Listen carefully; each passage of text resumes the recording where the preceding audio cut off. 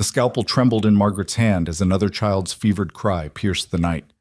Outside the makeshift hospital, torches blazed against the Colorado darkness, while inside, the truth she'd hidden for months was about to explode.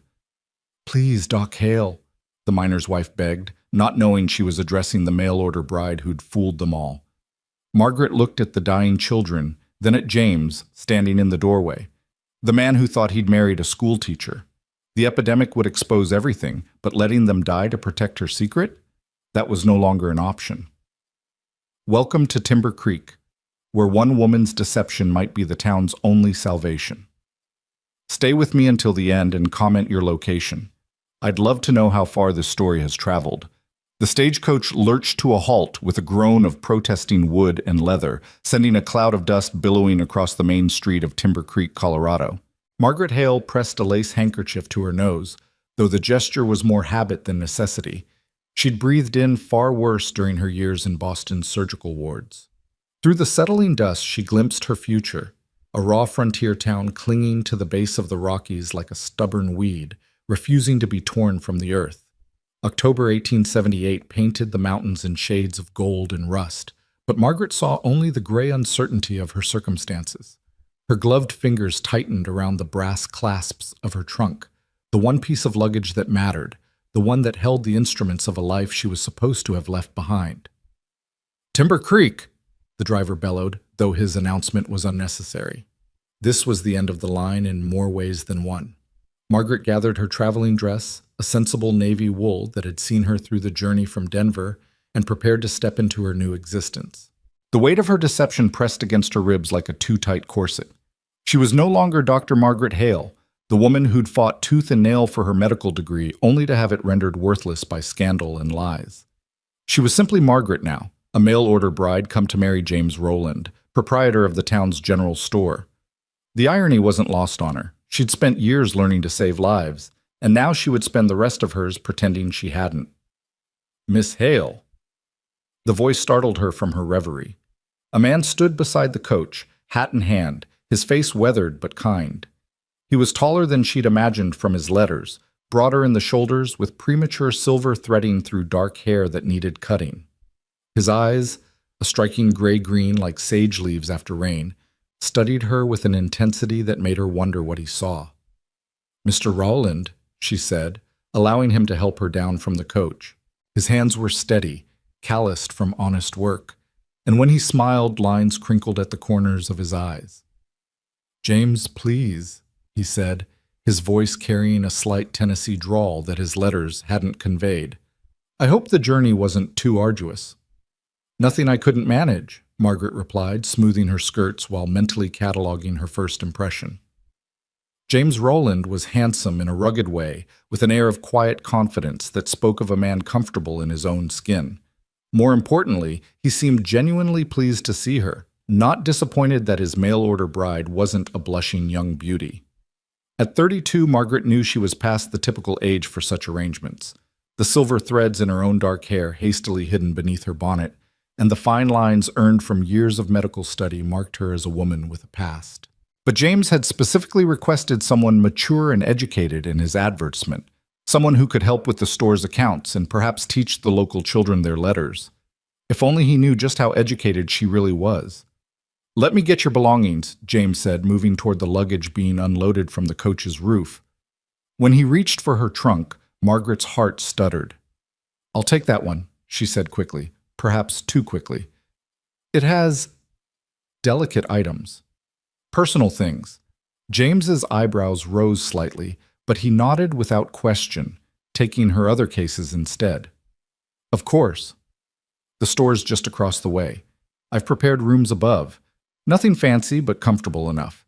We can discuss arrangements once you've had time to settle." Margaret appreciated his delicacy. They both knew why she was here, but he wasn't presuming anything. Their correspondence had established a tentative friendship, though she'd been careful to omit certain crucial details about her past. He knew she was educated, that she'd worked as a governess in Boston, a lie that came easily, and that she sought a new start in the West, the complete truth. He didn't know about the medical degree from the Women's Medical College of Pennsylvania, or the surgical residency at the New England Hospital for Women and Children, or the malicious accusations that had destroyed everything she'd worked for. As they walked down Timber Creek's main street, Margaret observed her new home with a physician's eye, though she tried to disguise her assessment as mere curiosity. The town was larger than she'd expected, boasting perhaps 800 souls if she included the miners who lived in camps on the mountain. The street was wide enough for 2 wagons to pass, lined with false-fronted buildings that gave an illusion of greater substance. She counted 2 saloons, a hotel that had seen better days, a blacksmith shop, a small bank, what appeared to be a newspaper office, and James's General Store, a 2-story structure that dominated the corner of Main and 2nd Streets. But it was the people who drew her trained gaze.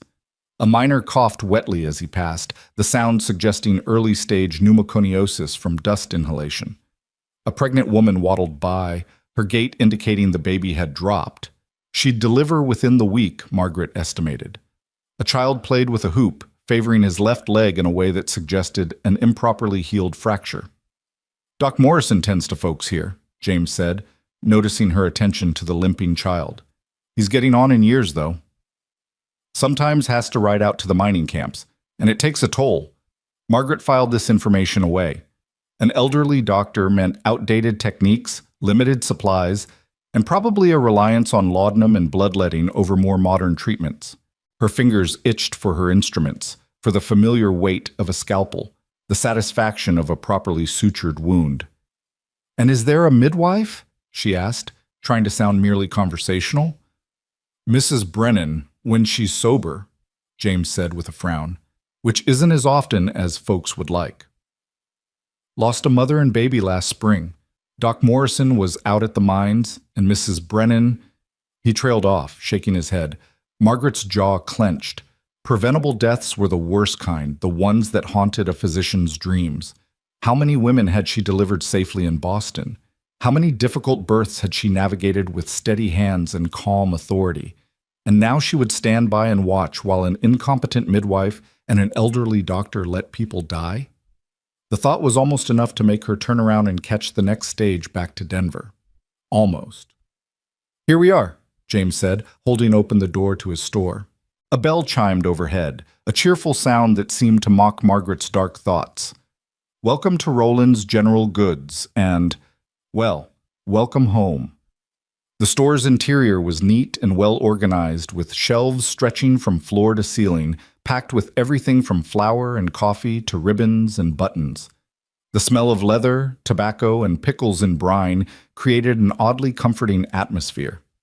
Behind the counter, she spotted a ledger laid open, columns of numbers in precise handwriting, James's, she assumed. "Let me show you upstairs," he said, leading her through a curtained doorway to a narrow staircase. "I know this isn't what you're used to, coming from Boston and all." If only he knew what she was used to. The gleaming surgical theater, the rows of medical texts, the respect of her colleagues before it all came crashing down. The upstairs consisted of 4 rooms, a small parlor with 2 chairs and a worn settee, a kitchen with a cast-iron stove and a table for 2, and 2 bedrooms separated by the parlor. James set her cases in the larger bedroom, which held a brass bed with a quilted coverlet, a washstand, and a wardrobe. "This is yours," he said, a slight flush coloring his weathered cheeks. "I thought, that is, until we're properly married, if you still—" "I'll take the other room." His consideration touched her more than she expected. "Thank you, James. That's very gentlemanly." He shifted his weight, suddenly looking younger than his 40-odd years. "I want to be clear, Miss Hale. Margaret. I advertise for a wife, yes, but I'm not the kind of man who'd force anything. We can take time to know each other, make sure this is what we both want. The town thinks what it will, but what happens between us is our business." Margaret studied him, this man who was essentially a stranger, yet offered her more respect than many she'd known for years. "I appreciate that more than you know." He smiled then, genuine and warm. "You must be tired. I'll leave you to settle in. Supper's at 6, nothing fancy, but I've gotten fairly good at stew over the years. Tomorrow, if you're feeling up to it, I'll introduce you around town, show you the schoolhouse. The children are eager to meet their new teacher. Another role to play, another deception to maintain. I look forward to it," After James left, Margaret sat on the bed and finally allowed herself a moment of weakness. Her hands shook as she opened the trunk, revealing the hidden compartment beneath a false bottom. Her surgical instruments lay wrapped in oilcloth, scalpels, forceps, sutures, a stethoscope that had been a graduation gift from her mentor, Dr. Elizabeth Blackwell herself. Beneath those, her medical texts and journals, containing 5 years of carefully documented cases and procedures. She ran her fingers over the instruments, feeling their familiar weight. These tools had been extensions of her own hands once, as natural as breathing. Now they were contraband, evidence of a life she couldn't claim. A knock at the door made her heart leap.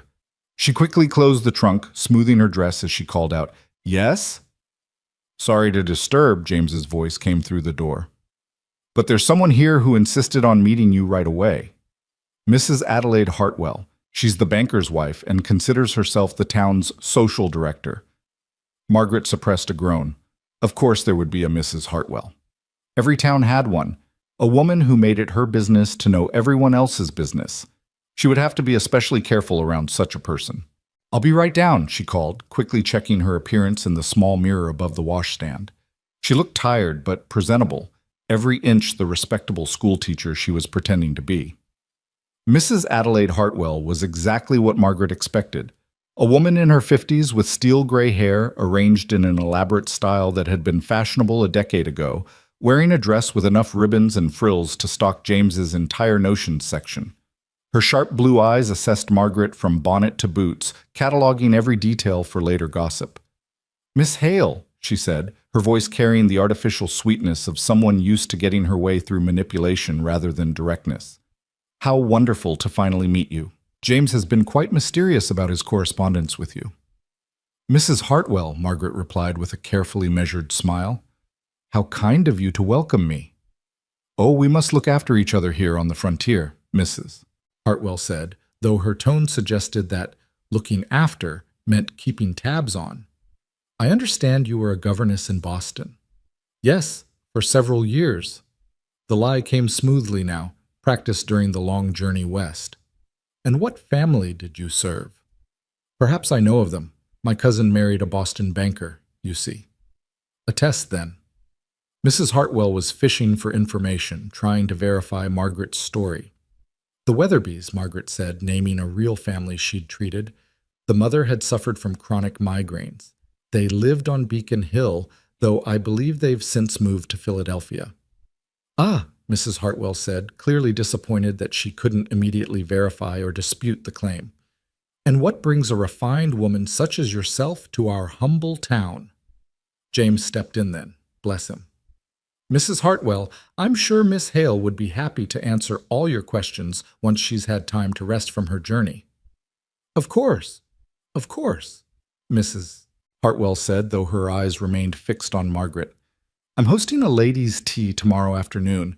You simply must come, my dear. 2 o'clock sharp. It will give you a chance to meet all the respectable women in town." A command disguised as an invitation. Margaret recognized the politics at play. Refuse, and she'd be marked as standoffish. Accept, and she'd be subjected to intense scrutiny from the town's gossip network. "How thoughtful," Margaret said. "I'd be delighted." Mrs. Hartwell preened. "Wonderful. I'll introduce you to everyone who matters, including Mrs. Morrison, the doctor's wife. She helps him with his practice, you know, claims to have some nursing experience from the war." Her tone suggested skepticism about these claims. "Though between you and me, she's getting quite frail." "They both are. It's a worry, really, having only one doctor for the whole town, and him nearly 70. Margaret's pulse quickened. This was valuable intelligence, even if it came wrapped in gossip. "That does sound concerning. Back in Boston, we had so many physicians." "Yes, the conveniences of civilization," Mrs. Hartwell sighed dramatically. "Still, we make do. We're hardy stock out here. We have to be." Her eyes sharpened again. "Tell me, do you have any experience with nursing?" It would be such a help to poor Mrs. Morrison. A trap or genuine inquiry? Margaret couldn't tell. "Only what any governess learns tending childhood ailments, basic first aid, nothing formal." "Pity," Mrs. Hartwell said, though she looked relieved rather than disappointed. Perhaps she didn't want competition for her position as the town's most important woman. Well, I must be going. So much to prepare for tomorrow's tea. Don't forget, 2 o'clock sharp. The house with the green shutters on Pine Street, you can't miss it. After she left, James let out a long breath. I should have warned you about Adelaide. She means well, but she's a force of nature, Margaret finished. I've met the type before. She'll have you married off and producing children within the month if you let her, James said with a wry smile. She's been trying to run my life since I arrived 3 years ago. Only 3 years? You're not originally from Timber Creek? No, came out from Tennessee after the war. Needed a fresh start. Something in his tone suggested a story there, perhaps a painful one. Margaret didn't press. She had her own painful stories, after all. Well, she said, I suppose we're both refugees of a sort. He looked at her with those sage green eyes, seeming to see more than she intended to reveal. I suppose we are. The evening passed quietly. James's stew was indeed quite good, hearty and well-seasoned with chunks of beef and vegetables from the small garden he maintained behind the store. They ate in companionable silence, occasionally exchanging observations about the town or questions about each other's preferences. Did she take sugar in her coffee? Did he prefer biscuits or cornbread? It was oddly domestic, this careful dance around each other. Margaret found herself relaxing slightly, though she remained aware of the trunk upstairs with its dangerous secrets. Tell me about the school, she said as they cleared the dishes. How many children? About 20, ranging from 6 to 16. Some of the miners' children come when they can, but it's not regular. The previous teacher left to get married. Seems to be an occupational hazard for schoolmarms out here. He smiled at the irony, given her own situation. Can you really teach? I mean, that wasn't just something you said to make myself sound respectable? Margaret finished. No, I can teach. I'm well versed in arithmetic, geography, history, Latin, and the sciences. She caught herself before adding anatomy and physiology to the list. Latin? James raised an eyebrow. That's more than most teachers know. My father believed in thorough education, even for daughters, she said, which was true. Her father had been a progressive minister who'd supported her medical ambitions until his death 5 years ago. He sounds like an interesting man. He was. The past tense hung between them, and James didn't push for more information. That night, Margaret lay in the brass bed, staring at the ceiling and listening to the unfamiliar sounds of Timber Creek settling into sleep. A dog barked somewhere. Piano music and raucous laughter drifted from one of the saloons. The building creaked and settled, wood adjusting to the cool mountain night. She thought about the child with the limp, the miner with the cough, the pregnant woman due to deliver soon. All people who might need her skills, her real skills, not the pretend accomplishments of a governess-turned-schoolteacher. How long could she stand by and watch if someone needed help? How long could she pretend to be less than she was? In Boston, she'd been Dr. Margaret Hale, one of only a handful of female physicians in the entire city. She'd fought for every patient, every opportunity to prove that a woman could be just as capable as any man in the operating theater. And she'd been succeeding, building a reputation, earning grudging respect from even the most skeptical colleagues. Then came William Ashford. She closed her eyes against the memory, but it came anyway. William had been a fellow physician, charming and ambitious, who'd courted her with promises of a partnership in medicine and marriage. She'd been fool enough to believe him, to trust him with her research on antiseptic procedures that could reduce post-surgical infections. He'd stolen her work, published it under his name, and when she'd confronted him, he'd accused her of hysteria and inappropriate advances. The medical board had believed him, of course. Why wouldn't they? He was from an established Boston family, while she was just an upstart woman who'd gotten above herself. They'd revoked her hospital privileges, and though they couldn't take her degree, they'd made it clear she'd never practice in Boston again. So here she was, in a frontier town that needed a doctor, but got a schoolteacher instead. The irony was bitter as laudanum. A crash from outside brought her bolt upright. Shouts followed, then running feet. She was at the window before she'd consciously decided to move, peering down at the street below. 2 men were carrying a third between them, his leg bent at an unnatural angle. Even from here, she could see the white of bone protruding through torn fabric, compound fracture of the tibia, her mind automatically catalogued. Needs immediate cleaning and setting or infection will set in. Where was Doc Morrison? She watched as they carried the injured man toward a building down the street, the doctor's office, presumably. Light bloomed in the windows and she could see shadows moving inside. The urge to go down, to help, was almost overwhelming. Her hands knew exactly what to do, how to clean the wound with carbolic acid, how to set the bone, how to suture the torn flesh with tiny, precise stitches that would minimize scarring. But she couldn't. She was Margaret Hale, school teacher and mail-order bride. Not Dr. Hale, not anymore. She turned away from the window and forced herself back to bed, though sleep eluded her for hours. When she finally dozed, she dreamed of surgeries, of saving lives, of the satisfaction of a successfully treated patient. She woke with tears on her cheeks and the taste of loss in her mouth.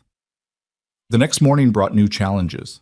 James introduced her to the school, a one-room building with a pot-bellied stove, rough benches, and a handful of worn McGuffey readers. The children were a mix of ages and abilities, some eager to learn, others clearly there only because their parents insisted. "Children, this is Miss Hale," James announced. "She's come all the way from Boston to teach you." 20 pairs of eyes fixed on her with varying degrees of interest and suspicion. Margaret had faced down hostile medical boards and skeptical professors. Surely she could handle a room full of children. "Good morning," she said, putting warmth into her voice. "I'm excited to get to know all of you. Why don't we start by each of you telling me your name and one thing you'd like to learn this year?" A small girl with pigtails raised her hand immediately. "I'm Lucy Morrison. Doc Morrison is my grandpa. I want to learn to read better so I can help him with his medical books." Margaret's heart clenched. "That's a wonderful goal, Lucy." The introductions continued. Tommy, who wanted to learn arithmetic to help in his father's store, Sarah, who wanted to read poetry, young Michael, who just wanted to learn to write his name. Each child was a small story, a potential waiting to unfold. She threw herself into teaching with the same intensity she'd once brought to medicine. If she couldn't heal bodies, at least she could nurture minds. The children responded well to her enthusiasm, even the reluctant ones gradually warming to her approach. But it was during the lunch break that her two worlds nearly collided. She was eating the sandwich James had packed for her when Lucy Morrison approached, holding something wrapped in cloth. "Miss Hale," the girl said quietly, "can I show you something?"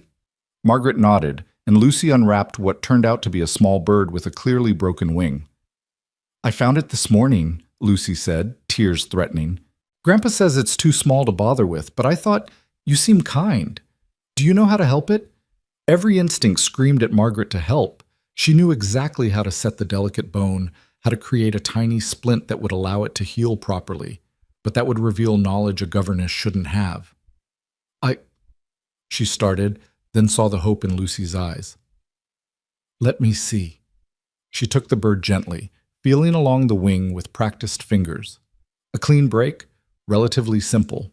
Before she could stop herself, she was instructing Lucy to fetch small twigs and thread from the sewing basket. "How do you know how to do this?"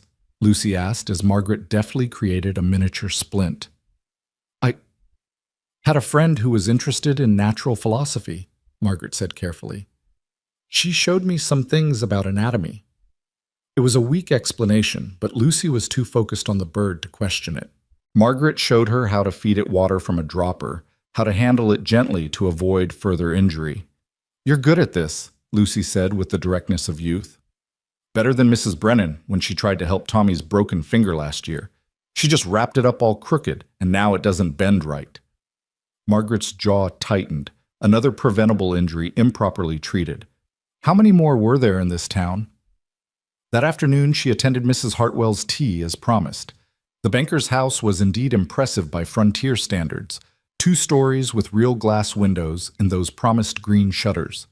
The parlor was crowded with women in their best dresses, the air thick with perfume and gossip. Margaret was introduced around like a prize at a fair. Mrs. Morrison was there, a frail woman with intelligent eyes who studied Margaret with more perception than the others. Mrs. Brennan, the midwife, was notably absent, sleeping off a hangover, someone whispered. "Tell us about Boston," one woman gushed. "It must be so sophisticated compared to here." Margaret gave them sanitized stories of concerts and museums, carefully avoiding any mention of hospitals or medical lectures. But Mrs. Morrison kept watching her, and finally, when the others were distracted by Mrs. Hartwell's dramatic recounting of some scandal involving a miner's wife, she moved closer to Margaret. "You have careful hands," she said quietly. "I noticed when you were holding your teacup. You hold it like my husband holds his instruments, precise, controlled." Margaret's heart raced, but she kept her expression neutral.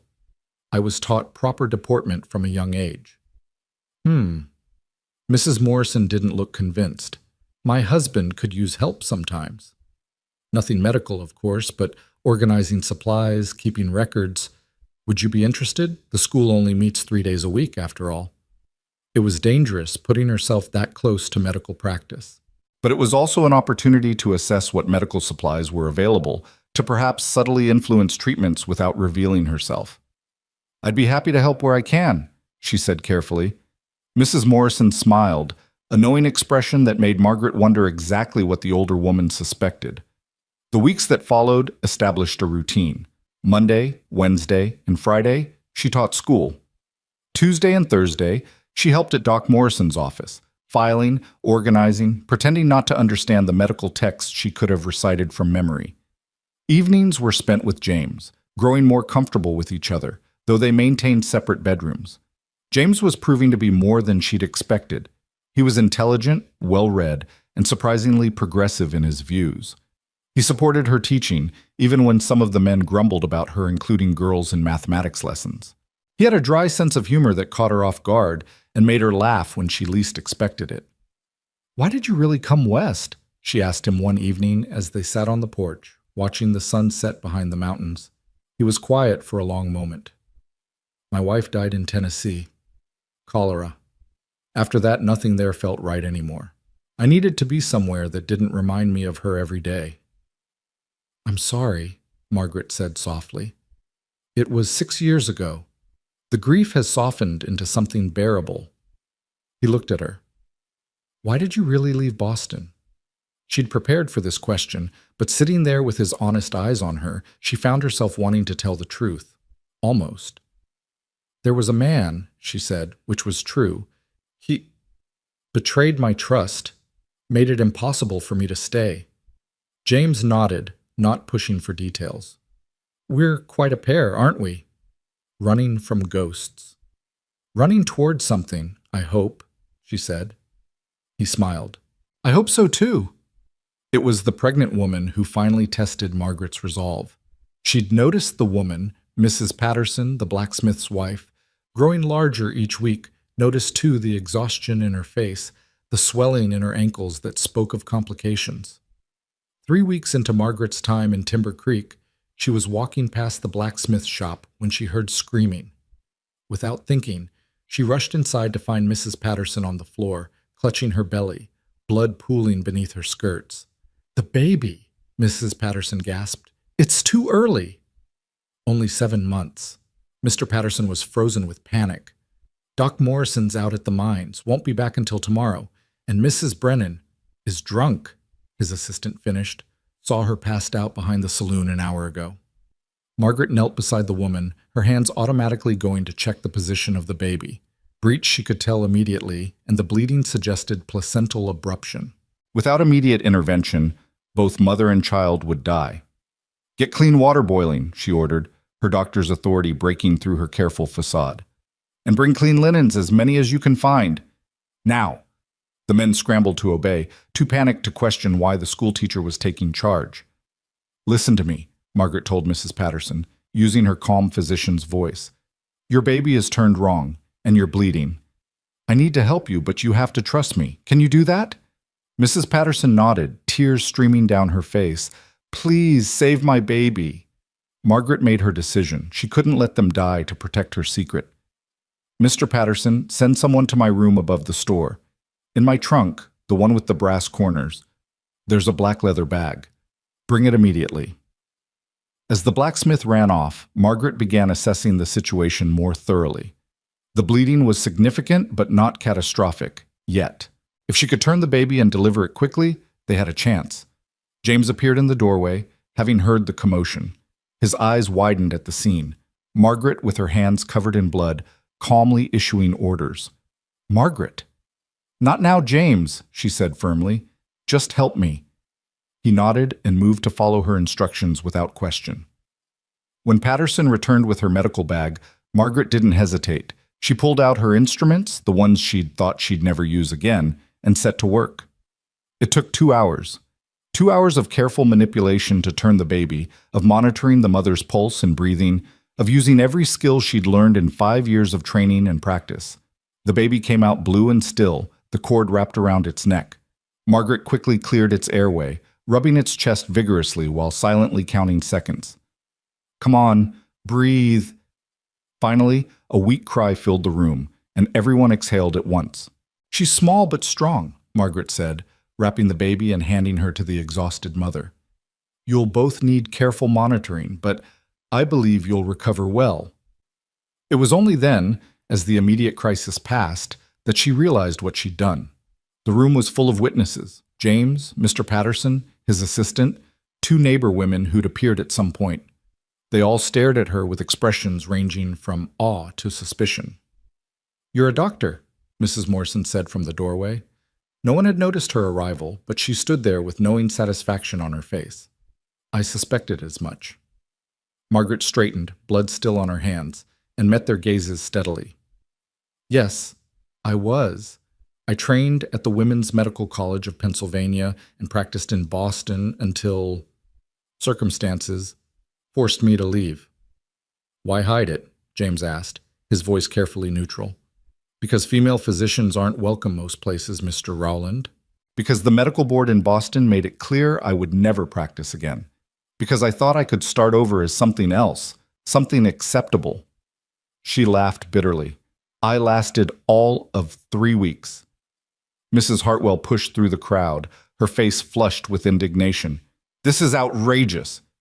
You've been lying to us all, pretending to be a respectable woman when you're a trained physician who just saved 2 lives? Mrs. Morrison interrupted sharply. Yes, how scandalous. Women aren't meant to be doctors, Mrs. Hartwell insisted. It's unnatural, improper. Would you rather Mrs. Patterson and her baby had died? Margaret asked quietly. Because that's what would have happened. The baby was breech with the cord around her neck, and Mrs. Patterson was hemorrhaging. Even if Doc Morrison had been here with his shaking hands and failing eyesight, could he have managed such a delicate procedure? The room fell silent. It was a harsh truth, but truth nonetheless. Mr. Patterson stepped forward. I don't care if you're a woman or a 3-headed dragon. You saved my wife and daughter. That's all that matters to me. But the impropriety, Mrs. Hartwell started. Adelaide, shut up, Mrs. Morrison said with surprising force. My husband is old and tired. We've needed real help for months. If Miss Hale, Dr. Hale, is willing to provide it, then we should be grateful, not scandalized. Margaret looked at James, trying to read his expression. He'd been silent since her revelation, and she couldn't tell if he was angry, disappointed, or something else entirely. I think, he said slowly, that we all need time to think about this. Dr. Hale has just performed a miracle. Let's be grateful for that tonight and discuss the rest tomorrow. People began to disperse, though the whispers started immediately. Margaret cleaned her instruments methodically, trying not to think about what she'd just lost. Her new life, her chance at anonymity, possibly her opportunity for marriage, all gone in 2 hours of blood and honesty. Margaret. James's voice made her look up. He stood in the doorway, his expression unreadable. We need to talk. She followed him back to the store in silence. The weight of her medical bag felt heavier than it had in months. In the parlor above the store, James poured 2 glasses of whiskey, a measure of how serious he considered the situation. Tell me everything, he said, the truth this time. So she did. She told him about her father encouraging her education, about the fight to get into medical school, about the years of being the only woman in lectures where professors questioned whether females had the mental capacity for science. She told him about gradually earning respect through sheer determination and skill, and finally, she told him about William Ashford. He was charming and seemed to support my work, she said, staring into her whiskey. I developed new techniques for preventing infection after surgery, methods that could save countless lives. I shared my research with him, thinking we were partners. Instead, he published it under his name. When I protested, he claimed I was a hysteric woman who developed an unhealthy attachment to him. He had friends on the medical board, and they believed him. They revoked my hospital privileges and made it clear that if I tried to practice in Boston again, they'd have me arrested for fraud. James was quiet for a long moment. So you answered a mail-order bride advertisement. I thought I could disappear. Become someone else, be a normal woman with a normal life. She laughed bitterly. I couldn't even last a month. No, James said, and something in his tone made her look up. You couldn't stand by and watch people die when you could help. That's not a failing, Margaret. That's character. It's also the end of any chance we had, she said quietly. You advertised for a wife, not a scandal. James set down his glass and moved to sit beside her. I advertised for a partner, someone intelligent and capable. I'd say I got more than I bargained for. James, do you know why I really left Tennessee? He interrupted.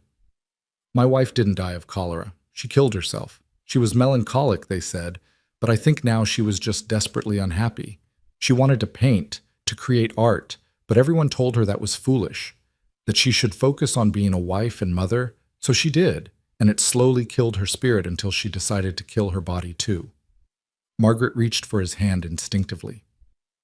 James, I'm so sorry. I swore if I ever married again, it would be to a woman who was fully herself, not some shadow of what society expected. He squeezed her hand. You're a doctor, Margaret. That's extraordinary. Why would I want you to be less than you are? Tears burned her eyes. The town won't accept it. Mrs. Hartwell's opinion matters less than you think. The Pattersons will support you. Mrs. Morrison will support you. And I'll support you, he paused. If you'll still have me, that is. I understand if a shopkeeper isn't what you want now that you don't have to hide. Margaret looked at this man who'd just learned she'd lied to him for weeks and was more concerned about whether she still wanted him. You're so much more than a shopkeeper, James Rowland. He smiled then, that warm smile that had become dear to her. And you're so much more than I ever dared hope for. The next morning brought the reckoning Margaret had expected. She woke to find a crowd gathered outside the store, voices raised in argument. Through the window she could see the town divided. Mrs. Hartwell and her faction on one side, the Pattersons and, surprisingly, several miners' wives on the other. We should run her out of town, Mrs. Hartwell was declaring. She's a fraud and a liar. She saved my wife and daughter, Mr. Patterson shot back. That's worth more than your propriety. Doc Morrison stood between the groups, looking every one of his 70 years. When he saw Margaret at the window, he raised a hand for silence.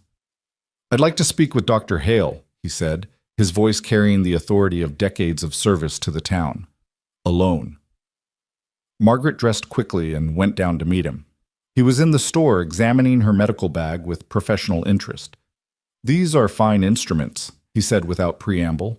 Better than most of mine. They were a graduation gift, she said carefully. He nodded.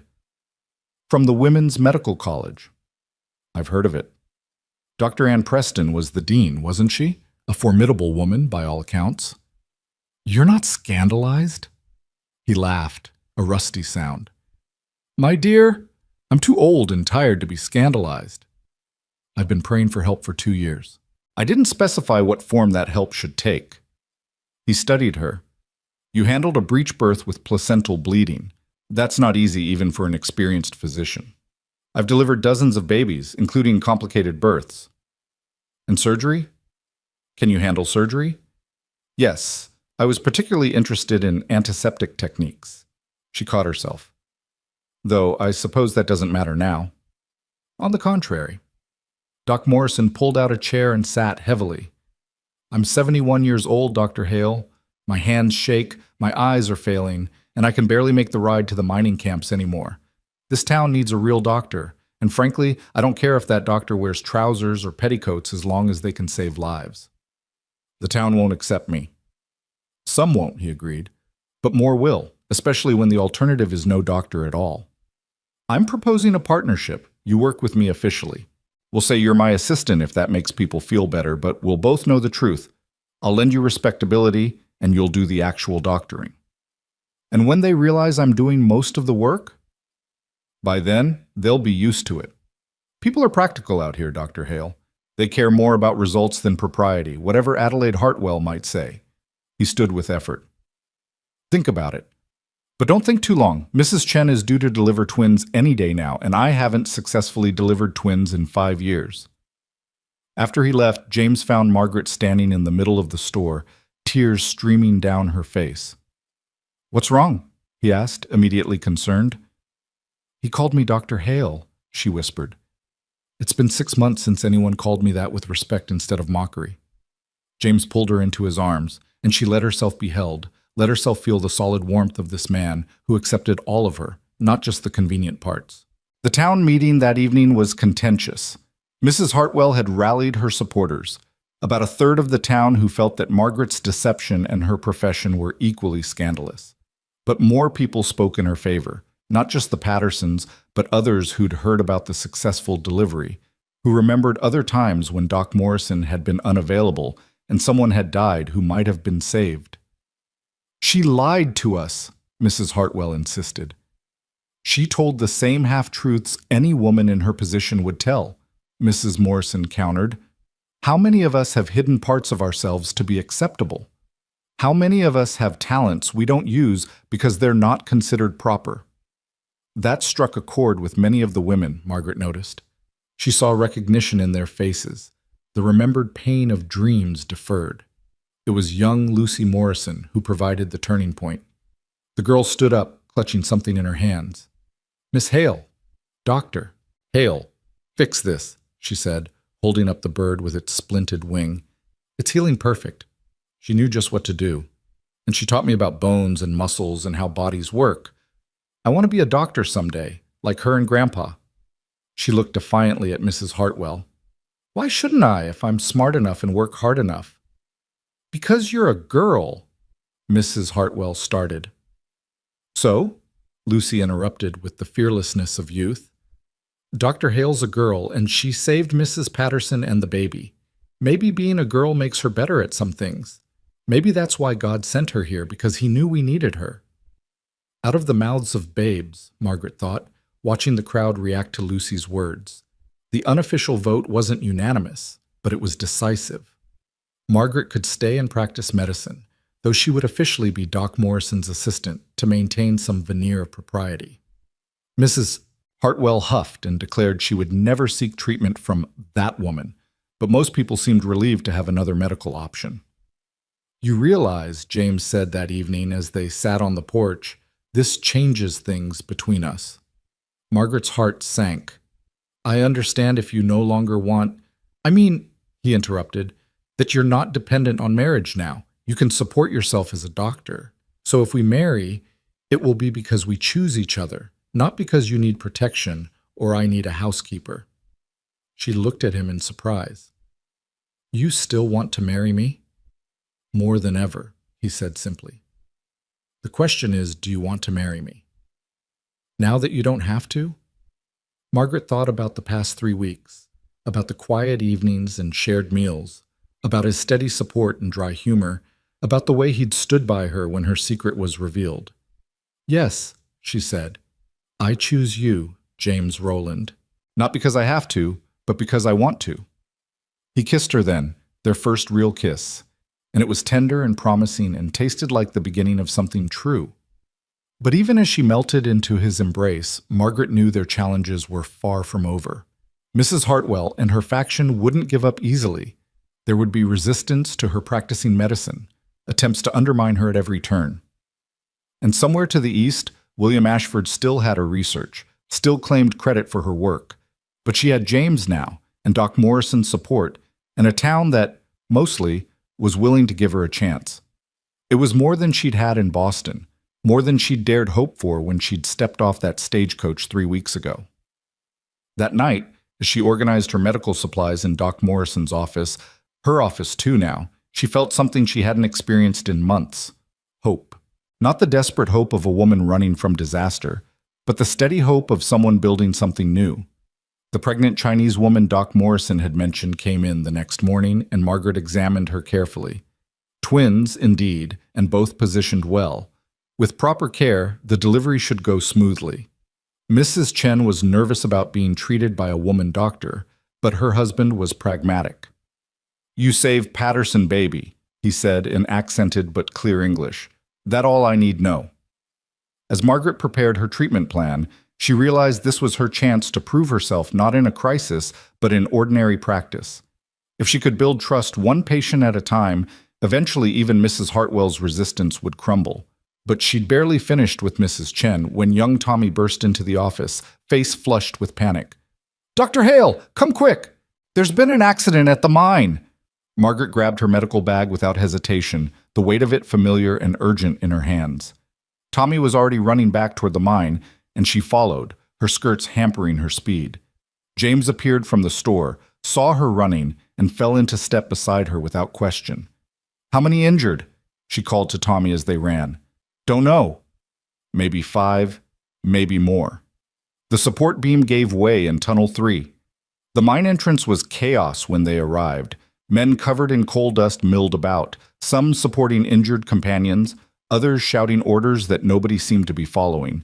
Margaret pushed through the crowd, her medical training taking over. "I need the injured laid out here, in the light," she commanded, pointing to a clear area. "Walking wounded to the left, serious injuries to the right. Someone start boiling water and I need clean cloth for bandages, sheets, shirts, anything." The miners, desperate for someone to take charge, obeyed immediately. Within minutes, she had 7 injured men arranged by severity.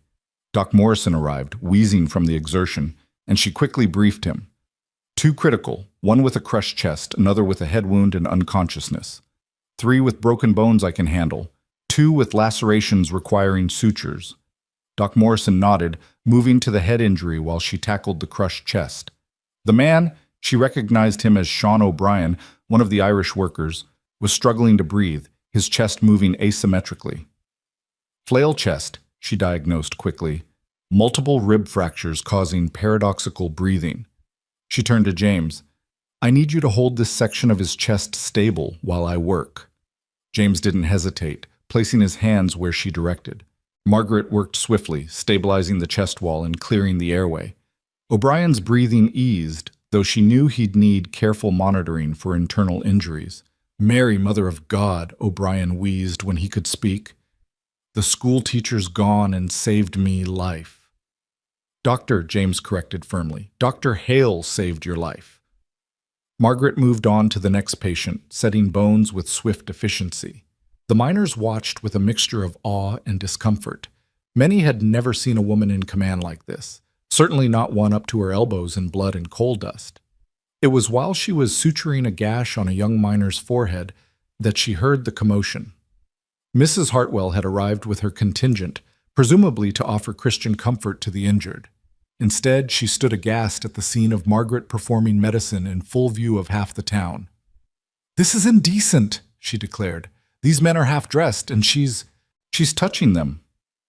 "Would you prefer they die fully clothed?" Margaret asked without looking up from her sutures. "Because that can certainly be arranged if you'd like to take over their care." Several miners laughed despite their pain. Big Tom McKenna, waiting his turn with a broken arm, spoke up. "No offense, Mrs. Hartwell, but I'll take the doc who knows what she's doing over propriety any day." "She's not a real doctor," Mrs. Hartwell insisted. "Real enough for me," O'Brien gasped from his stretcher.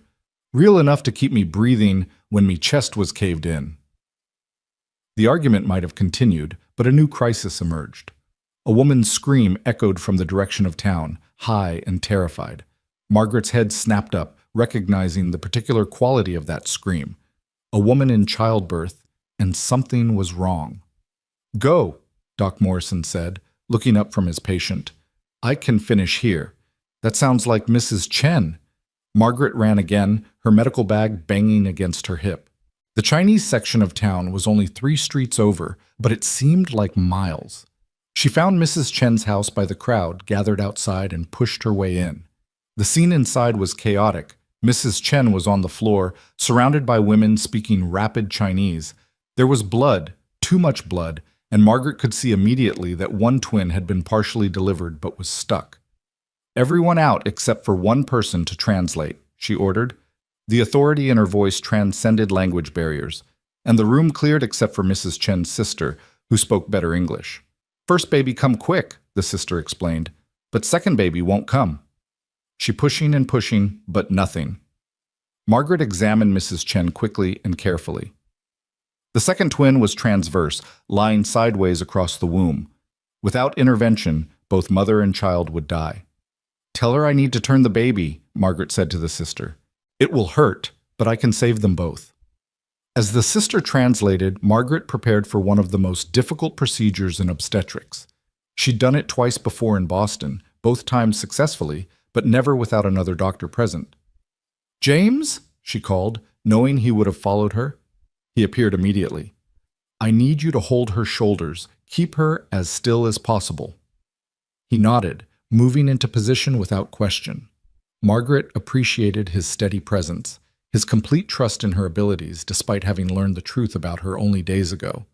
The procedure was excruciating for Mrs. Chen, who screamed and cursed in Chinese while Margaret carefully manipulated the baby into position. Sweat dripped into her eyes, but she didn't dare stop to wipe it away. Finally, she felt the baby turn, head moving down into the birth canal.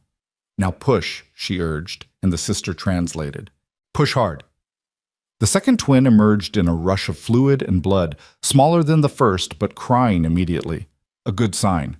Margaret quickly cut the cord and handed the baby to the sister while she dealt with the afterbirth and checked for excessive bleeding.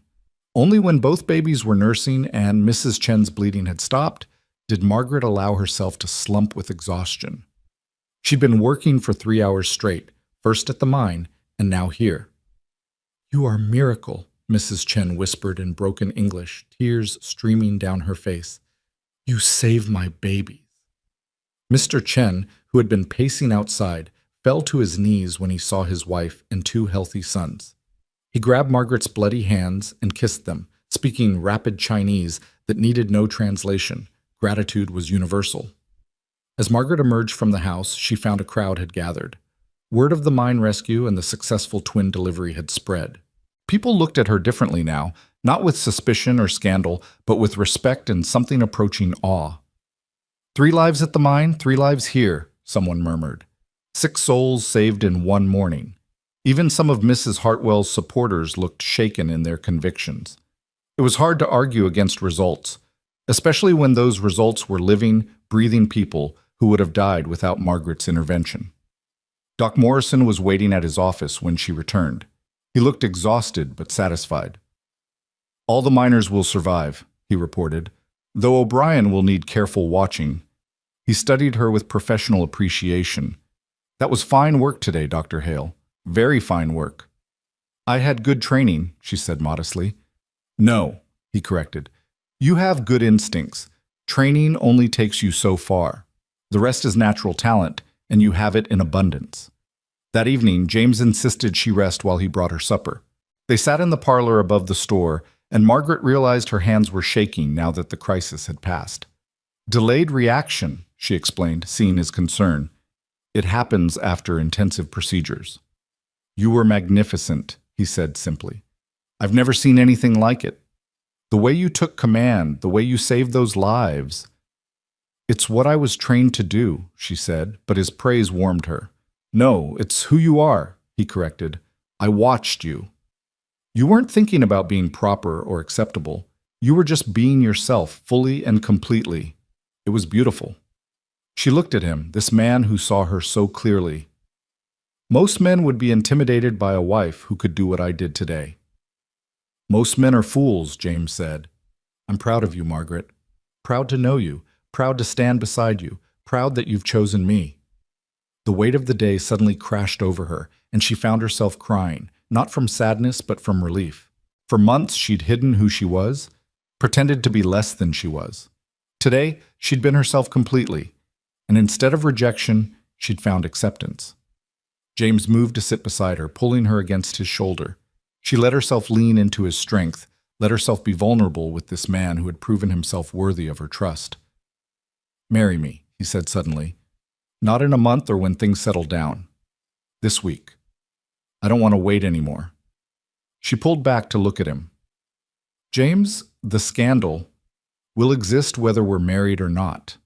But if we're married, you'll have legal protection. A husband's rights over his wife might be archaic, but they could protect you if anyone tries to challenge your right to practice medicine." It was practical, but she heard the emotion underneath. He wanted her as his wife not for convenience, but for love.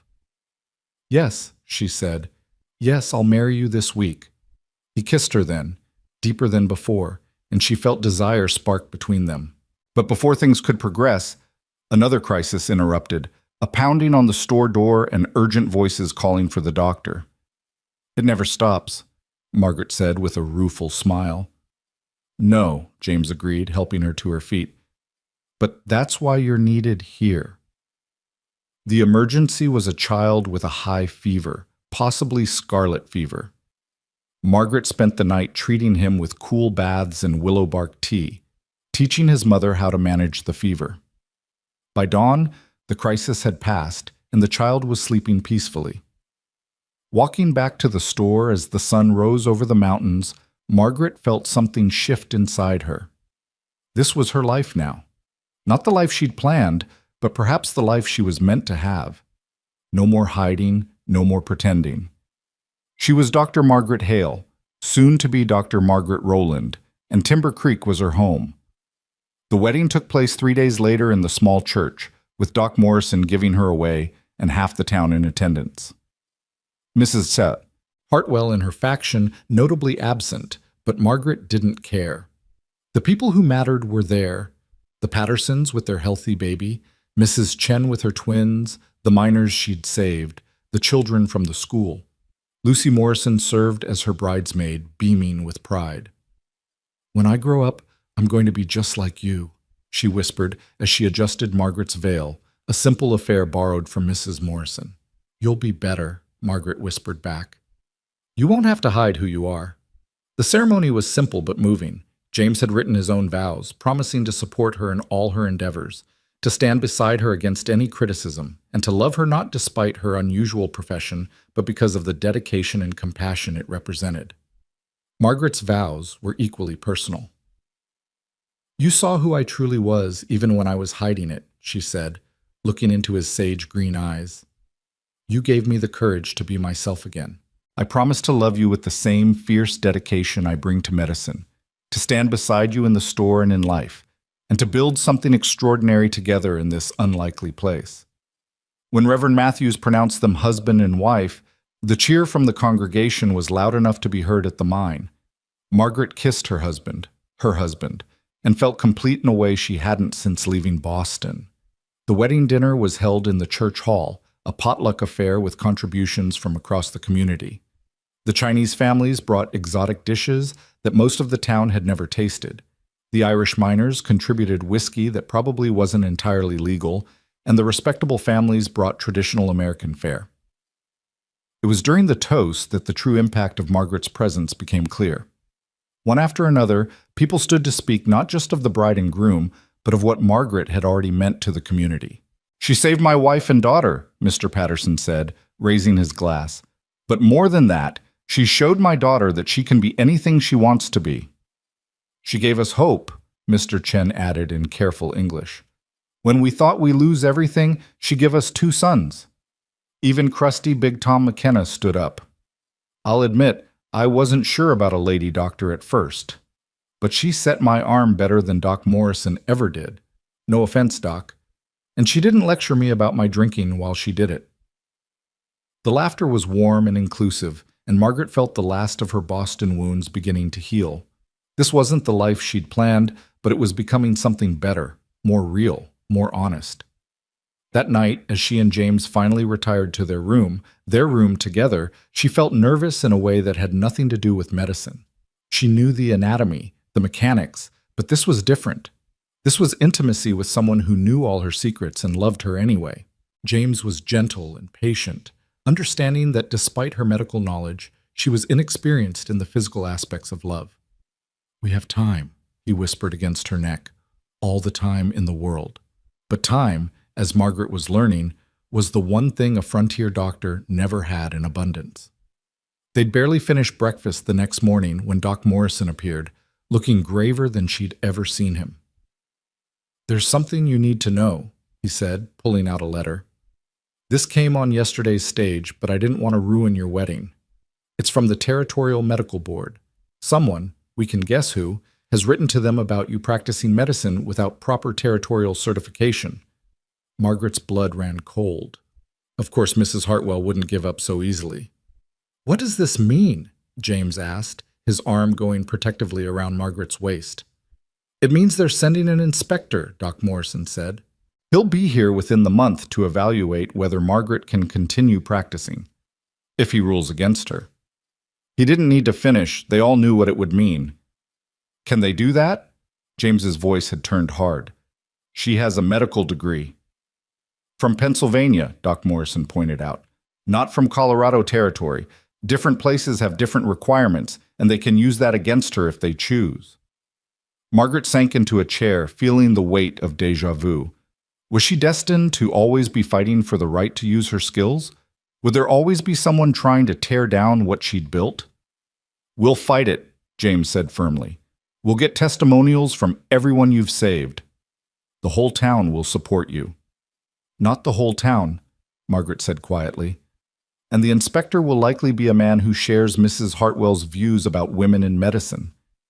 "Then we make it impossible for him to rule against you," Doc Morrison said with surprising fire. "We document everything, every life saved, every successful procedure. We make the case so overwhelming that he'd look like a fool to deny you." Over the next 2 weeks, they did exactly that. Margaret threw herself into her work with renewed determination, carefully documenting every case. The universe seemed to conspire to give her opportunities to prove herself. A difficult breech birth that she handled flawlessly, a case of appendicitis that she diagnosed and Doc Morrison operated on with her assistants, an outbreak of whooping cough that she contained before it could spread through the school. But it was the mine explosion that really changed everything. It happened on a Tuesday afternoon, the ground shaking with the force of it. The dynamite storage had somehow ignited, causing a massive collapse in the main tunnel. This time, the casualties were severe. 12 men trapped, several certainly dead, others injured beyond what the town had ever dealt with. Margaret and Doc Morrison worked side by side for 16 straight hours. She performed her first solo amputation to save a man whose leg had been crushed beyond repair. She did emergency surgery to remove shrapnel from another man's abdomen. She even managed to save a man everyone else had given up for dead, performing a tracheotomy when his throat swelled shut from smoke inhalation. By the time the sun rose, 7 men who should have died were alive because of her efforts, but the cost was visible. She was swaying on her feet, her dress ruined with blood, her hands shaking from exhaustion. "You need to rest," James urged, but she shook her head. "The inspector could arrive any day. I need to document everything while it's fresh." It was Mrs. Chen who provided an unexpected solution. The quiet woman appeared at the office with several other Chinese women carrying soup and tea. "You save us, we save you," she said simply. "We write letters." Many letters. "Tell everyone what you do for us." The Chinese community, Margaret learned, had connections throughout the territory. Merchants, railroad workers, other mining towns. Within days, letters of support began arriving from places Margaret had never heard of, all testifying to her skill and dedication. The Irish miners organized their own campaign, using their network to spread word of the lady doctor who saved 7 men in one night. The story grew in the telling, as stories do, but the core truth remained. Margaret was a talented physician who put saving lives above all else. Even some of Mrs. Hartwell's supporters began to waver. When Mrs. Hartwell's own niece fell ill with pneumonia and Doc Morrison was too exhausted to attend her, it was Margaret who spent 3 nights nursing the girl back to health. The girl's mother, Mrs. Hartwell's own sister, publicly thanked Margaret in church the following Sunday. "I don't care what anyone says," she declared, looking directly at her sister. "Dr. Margaret saved my Amy. That's all that matters to a mother." The inspector arrived on a Thursday, 3 weeks after the wedding. Mr. Frederick Dennison was exactly what Margaret had expected. A stern man in his 50s with mutton chops and a disapproving expression that seemed permanently etched on his face. "I understand there's been some irregularity here," he said, looking at Margaret as if she were a specimen to be studied rather than a person.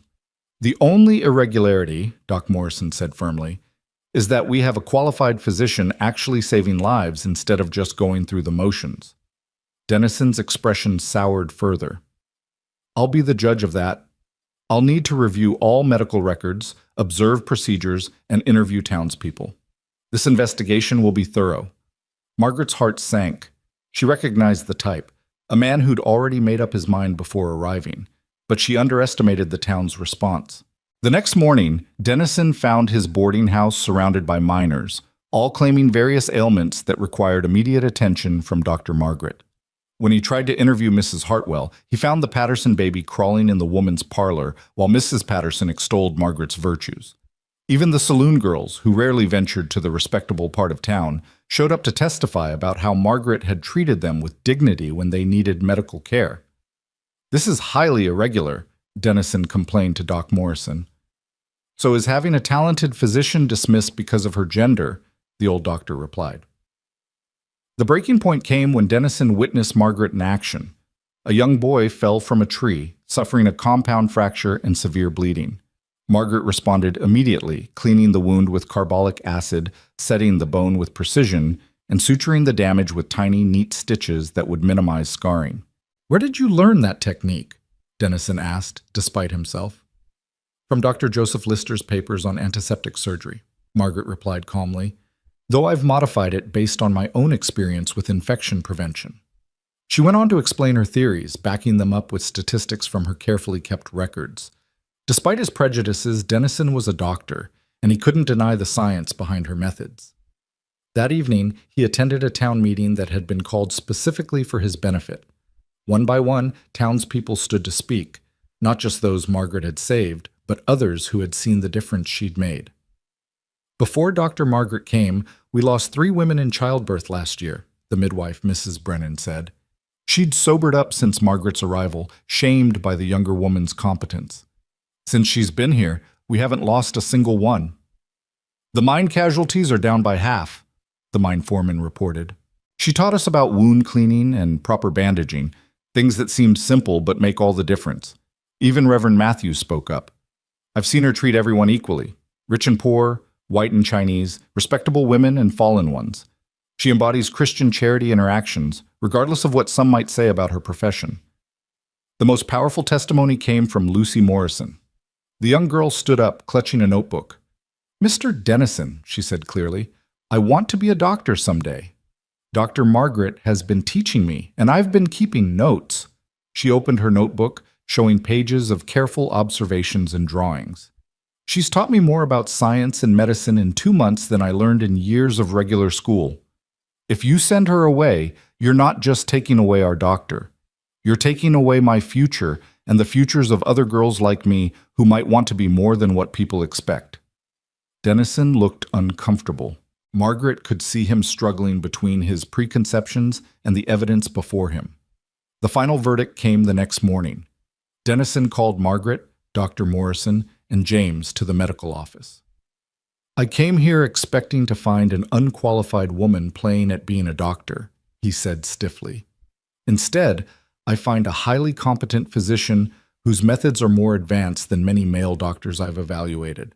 He paused, clearly finding the words difficult. "I will be recommending that the Territorial Medical Board grant you full certification to practice medicine in Colorado Territory." Margaret sagged with relief, and James's arm came around her immediately. "However," Dennison continued, "I strongly suggest you publish your work on antiseptic procedures and infection prevention. It could save lives throughout the territory." Margaret's eyes widened. Publish under her own name? After what had happened in Boston? "I'll ensure it's properly attributed," Dennison said, understanding her hesitation. "I may have my prejudices, but I'm not a thief. Good medicine is good medicine, regardless of who practices it." After he left, Margaret stood in the office that was now officially hers, looking at the certificate Dennison had signed. Dr. Margaret Rowland, licensed physician, Colorado Territory. "You did it," James said, pulling her close. "You're officially, undeniably, a doctor." "We did it," she corrected. "I couldn't have done this without you, without the town's support." Dr. Morrison cleared his throat. Speaking of which, there's something else. I'm retiring. Officially. My hands aren't steady enough anymore, and my eyes, well, we all know the truth. I'll stay on as advisor if you want, but this practice is yours now, Margaret. It was overwhelming. In 2 months, she'd gone from a runaway bride hiding her past to the official town doctor with her own practice. That evening, there was another celebration, this one at the saloon, a place respectable women didn't usually go, but Margaret had learned that respectability was relative on the frontier. Mrs. Hartwell was notably absent, but her sister was there, raising a glass to the doctor who saved my daughter. "You've won," James said as they danced to the fiddle music. "For now," Margaret said realistically. "There will always be those who think women shouldn't be doctors." "Then we'll keep fighting them," James said simply. Together. As she looked around the room, at the miners and their wives, the Chinese families, the saloon girls, the respectable merchants, all mingling in a way that would have been impossible in Boston, Margaret realized she'd found something she hadn't even known she was looking for. Not just acceptance, but community. The story could have ended there, with Margaret established and accepted, but life, as any doctor knows, doesn't follow neat narratives. 6 months into her official practice, a letter arrived that made Margaret's blood run cold.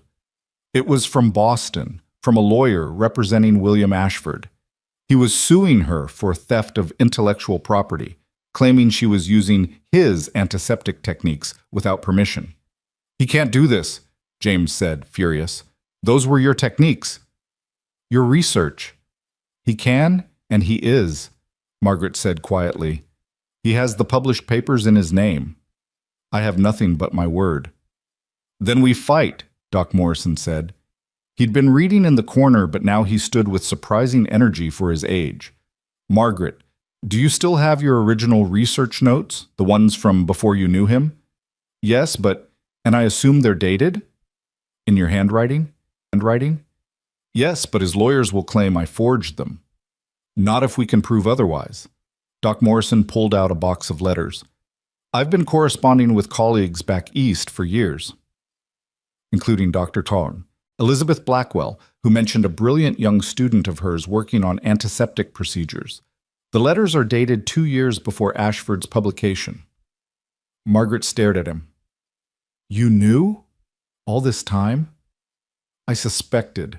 I may be old, but I still read medical journals. Ashford's work seemed familiar, and then when I saw your techniques..." He shrugged. "I've been gathering evidence, just in case." The legal battle that followed was conducted mostly through letters and testimonials. Margaret's supporters in Timber Creek raised money for her legal defense, even Mrs. Hartwell contributing quietly through her sister. The Chinese community used their networks to find witnesses from Boston's Chinatown who remembered Margaret treating them with her experimental techniques before Ashford's publication. But the most damning evidence came from an unexpected source. A nurse from the Boston hospital, someone Margaret barely remembered, wrote to say she had kept detailed notes of Margaret's procedures, dated and witnessed, because she'd found them so effective. She'd been afraid to come forward before, but hearing about Margaret's success in Colorado gave her courage. The case never went to trial. Faced with mounting evidence and the threat of public exposure, Ashford withdrew his claim. More importantly, he was forced to publish a retraction acknowledging Margaret's pioneering work in antiseptic surgery. The day that news arrived, Margaret was delivering another baby, her 50th successful delivery since arriving in Timber Creek. As she handed the healthy infant to its mother, she thought about how far she'd come from that frightened woman stepping off the stagecoach. "Dr. Margaret," the new mother said, "thank you for everything." "Just doing my job," Margaret replied, but she was smiling. That evening, she and James sat on their porch, watching the sun set behind the mountains. Her hands were stained with iodine, his with ink from the store's ledgers. They were an unlikely pair, the shopkeeper and the doctor, but they fit together perfectly. "Any regrets?" James asked, taking her hand. "About what?" "This life. It's not what you trained for, not the prestigious Boston practice you must have dreamed of." Margaret thought about it. In Boston, she'd been fighting for the right to exist in her profession. Here, she was simply living it. She'd delivered babies, set bones, performed surgeries, treated epidemics. She'd taught Lucy Morrison and 2 other girls who showed interest in medicine. She'd published 3 papers in territorial medical journals, all under her own name. "No regrets," she said finally. "This is better than what I dreamed of. It's real." James squeezed her hand. "Good, because I have news. Remember that family from Kentucky that was thinking of settling here? They're coming, and they're bringing a doctor with them. A young man fresh from medical school." Margaret tensed. "Competition?" "Partnership," James corrected. "He wrote asking if you'd consider taking him on as an assistant. Apparently your reputation has spread. He wants to learn from, and I quote, the famous Dr. Margaret Rowland who's revolutionizing frontier medicine." Margaret laughed, the sound carrying across the valley. "Famous? If only William Ashford could see me now." "He'd be jealous," James said confidently. "You're doing what he never could, making a real difference in people's lives." As if to underscore his point, young Lucy Morrison came running up the path. "Dr. Margaret! Mrs. Kim is in labor, and it's twins again." Margaret sighed and stood, reaching for her medical bag. "Duty calls." "I'll come with you," James said, standing as well. "Someone needs to keep track of all these babies you're delivering. Future customers for the store." As they walked toward the Kim house, Margaret reflected on the strange turns life could take. She'd come to Timber Creek as a mail-order bride, hiding her past as a doctor. Now she was the town's respected physician, married to a man who celebrated rather than feared her abilities. The frontier had given her what civilization couldn't, the freedom to be exactly who she was. The Kim twins arrived safely just after midnight, 2 healthy boys who announced their presence with lusty cries that could be heard 3 houses away. Margaret emerged from the delivery exhausted but satisfied, her dress blood-stained and her hair escaping from its careful pins. James waited outside with Mr. Kim, both men pacing the narrow porch until she appeared. 2 more future customers, she told her husband with a tired smile. Better stock up on baby supplies. But her satisfaction was short-lived. The next morning brought disturbing news from the mining camps higher in the mountains. Several men had fallen ill with symptoms that made Margaret's blood run cold: high fever, delirium, and a distinctive rash that spread from the trunk outward. "Typhoid," she told Doc Morrison grimly after examining the first patient brought down from the camp. "We're looking at an epidemic if we don't act fast." The old doctor's face paled. He'd seen typhoid epidemics before, watched entire towns decimated by the disease. "What do you need?" "Isolation ward immediately. We need to quarantine anyone showing symptoms and trace the source. It's waterborne. Something's contaminated their water supply." Margaret was already making lists in her head, calculating supplies and organizing treatment protocols. "James, we'll need every clean sheet and blanket in your store. And send someone to Denver for medical supplies. We're going to need more quinine and laudanum than we have." The next weeks tested Margaret in ways that her previous challenges hadn't. Typhoid was a killer, and even with her modern understanding of disease transmission, she was fighting an uphill battle. The mining camp's water source had been contaminated by runoff from latrines, a common problem she'd tried to address months ago, only to be dismissed by the mine owners as a hysterical woman overstepping her bounds. Now those same owners begged for her help as their workers fell ill by the dozens. Margaret set up the isolation ward in the old barn behind the church, transforming it into a makeshift hospital. She trained volunteers in basic nursing care, established strict hygiene protocols that seemed excessive to many, but which she enforced with iron determination. "Wash your hands between each patient," she instructed her volunteers for the 100th time. "I don't care if they look clean. The disease spreads through contamination we can't see." Mrs. Hartwell, of all people, became one of her most dedicated volunteers. The older woman had appeared on the second day of the crisis, wearing a plain dress instead of her usual finery. "I may not approve of lady doctors," she said stiffly, "but I'm not going to stand by while people suffer. Tell me what to do." It was a truce of sorts, born of necessity but genuine in its execution. Margaret showed her how to cool fevered patients with wet cloths, how to force fluids into delirious men who fought against treatment, how to recognize the signs of the crisis that would determine whether a patient lived or died. The young doctor from Kentucky, Dr. Thomas Brennan, arrived in the middle of the epidemic. Fresh-faced and eager, he'd expected to find a frontier practice where he could learn at a measured pace. Instead, he was thrown into medical combat. Dr. Aj, Rowland, he said after his first exhausting shift, I learned more in the last 12 hours than in my entire final year of medical school. Crisis teaching, Margaret replied wearily. Not ideal, but effective. Together, they fought the epidemic patient by patient. Margaret's antiseptic procedures proved their worth, while other frontier towns reporting typhoid outbreaks saw mortality rates near 40%. Timber Creek lost only 12 souls out of 60 infected. But those 12 deaths weighed on Margaret. She knew each face, each story. The young miner who'd been sending money home to his widowed mother in Ireland. The Chinese laborer whose wife had just discovered she was pregnant. The 14-year-old boy who'd lied about his age to get work in the mines. It was while preparing this boy for burial that Margaret finally broke. She'd maintained her professional composure throughout the crisis, but seeing his young face, peaceful in death, reminded her of all the limitations even the best doctor faced. James found her crying in their bedroom, her strong facade finally crumbling. I couldn't save them all, she sobbed against his shoulder. I tried everything, but 12 people still died. 48 lived, James reminded her gently. 48 people who would have died without you. Even Doc Morrison says he's never seen such a low mortality rate for typhoid. But that boy, Timothy, he was so young. And he would have died whether you were here or not. But the others, they lived because of you. Focus on that. The epidemic finally broke after 6 weeks. The mine owners, chastened by the near destruction of their workforce, finally agreed to Margaret's sanitation recommendations. New latrines were dug far from water sources, and she instituted regular health inspections that the owners grumbled about but didn't dare refuse. Dr. Brennan proved to be a valuable addition to the practice. Unlike many male doctors who would have resented working under a woman, he genuinely respected Margaret's expertise and eagerly absorbed her teachings. Why aren't you resentful? Margaret asked him one day as they worked side by side, setting a broken leg. Most men would be.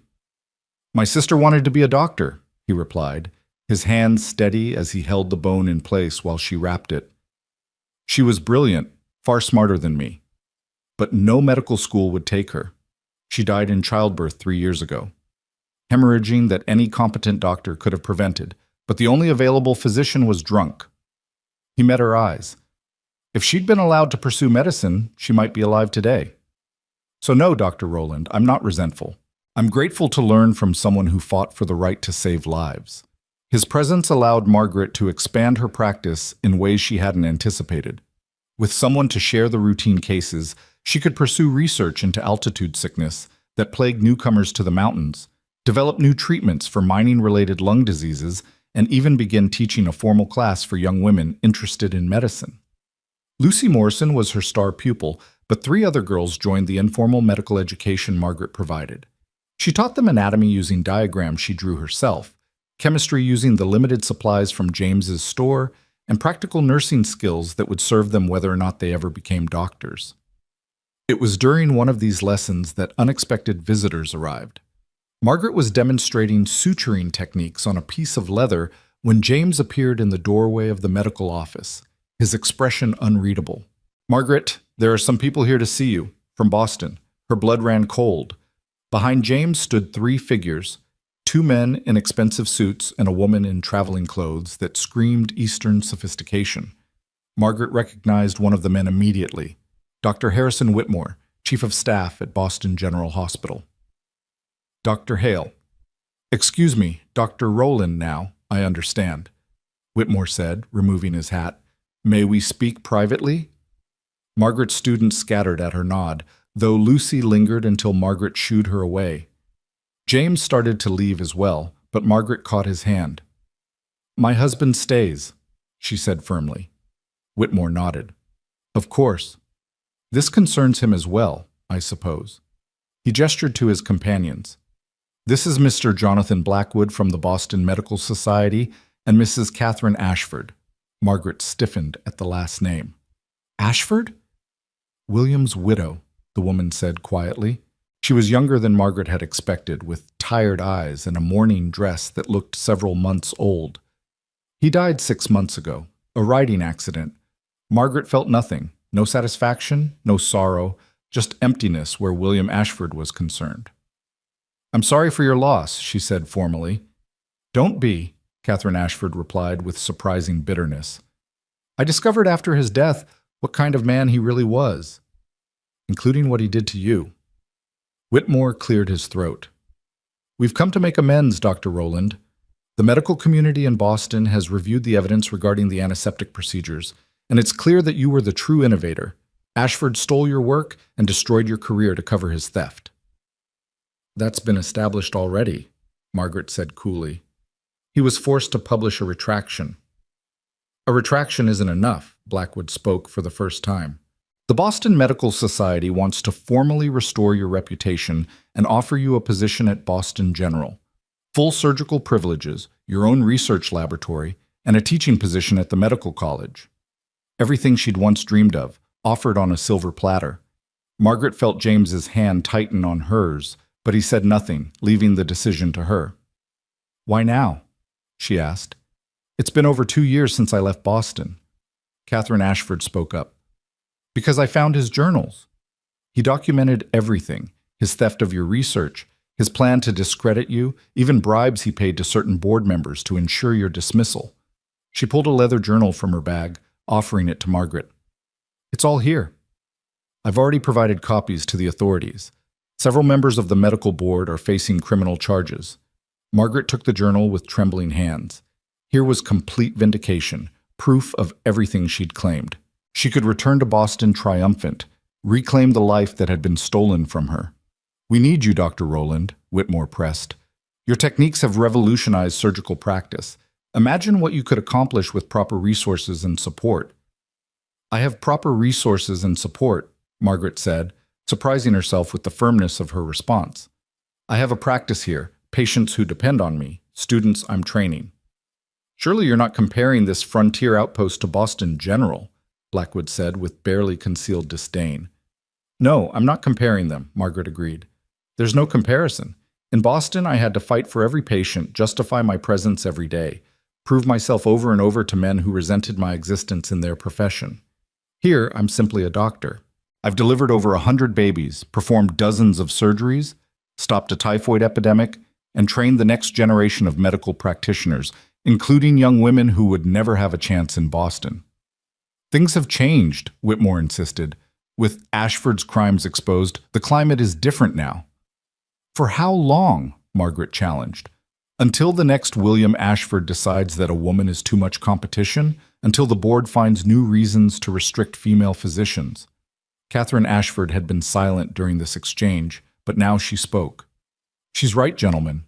You're offering her the chance to return to a cage, even if it's a gilded one. Look at what she's built here. She gestured around the medical office with its neat shelves of supplies, the examination table Margaret had designed herself, the charts on the walls documenting successful treatments.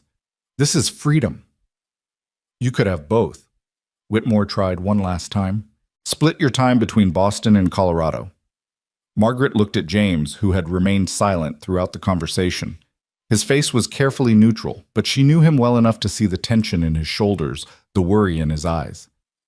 What do you think? She asked him. I think, he said carefully, that you should do what makes you happy. If that means Boston, it doesn't, Margaret interrupted. Boston was my past. This is my future. She turned back to the visitors. Thank you for coming all this way, and thank you, Mrs. Ashford, for the journal. It means more than you know to have proof of the truth. But my place is here. Whitmore looked disappointed, but not entirely surprised. If you change your mind, I won't. After they left, Margaret and James stood in silence for a moment. Then James pulled her into his arms, holding her tightly. Were you really ready to let me go to Boston? She asked against his chest. If it would have made you happy, yes. But I would have followed you. And left your store? The store is just a building. You're my life, Margaret. She pulled back to look at him. This is my life. Our life. Timber Creek, the practice, all of it. I meant what I said. I have more freedom here than I ever would in Boston. That evening, the town threw an impromptu celebration when word spread that Margaret had turned down Boston to stay in Timber Creek. Even Mrs. Hartwell, who had become something of an ally during the typhoid epidemic, raised a glass to our doctor. But life in a frontier town never stayed calm for long. 3 months after the Boston delegation's visit, a new crisis emerged. The railroad was coming through, bringing with it an influx of workers, prosperity, and problems. The population of Timber Creek doubled almost overnight as construction crews set up camp on the outskirts of town. With them came diseases Margaret had rarely seen in such concentration: syphilis, gonorrhea, and other ailments that proper society preferred to pretend didn't exist. The railroad workers frequented the saloons and brothels, and soon Margaret was treating not just injuries from construction accidents, but the consequences of frontier vice. It created a new tension in the town. The respectable women, led by a reinvigorated Mrs. Hartwell, wanted the brothels closed and the soiled doves run out of town. The business owners, including James to Margaret's surprise, argued that the workers would simply go elsewhere to spend their money, taking prosperity with them. Margaret found herself in the middle, treating everyone regardless of their moral standing, which earned her criticism from both sides. "You're enabling their sin," Mrs. Hartwell accused during a particularly heated town meeting. "I'm preventing the spread of disease," Margaret countered. "These women are going to practice their trade whether I treat them or not. Would you rather have syphilis spreading through the entire town? It wouldn't spread if proper women. It spreads because men who visit prostitutes also have wives," Margaret said bluntly, causing several women in the audience to gasp. "I've treated 3 married women for syphilis in the last month, infected by their husbands who thought what happened at the brothel stayed at the brothel." The revelation caused an uproar, but it also shifted the conversation. Margaret proposed a radical solution: regular medical inspections for the prostitutes, treatment for those who were ill, and education about disease prevention. "You're asking us to legitimize prostitution," Reverend Matthews said, clearly troubled. "I'm asking you to choose between moral purity and public health," Margaret replied. "Because right now, we can't have both." It was Dr. Brennan who provided unexpected support. In New Orleans, they've implemented similar programs. The infection rates dropped by 60%.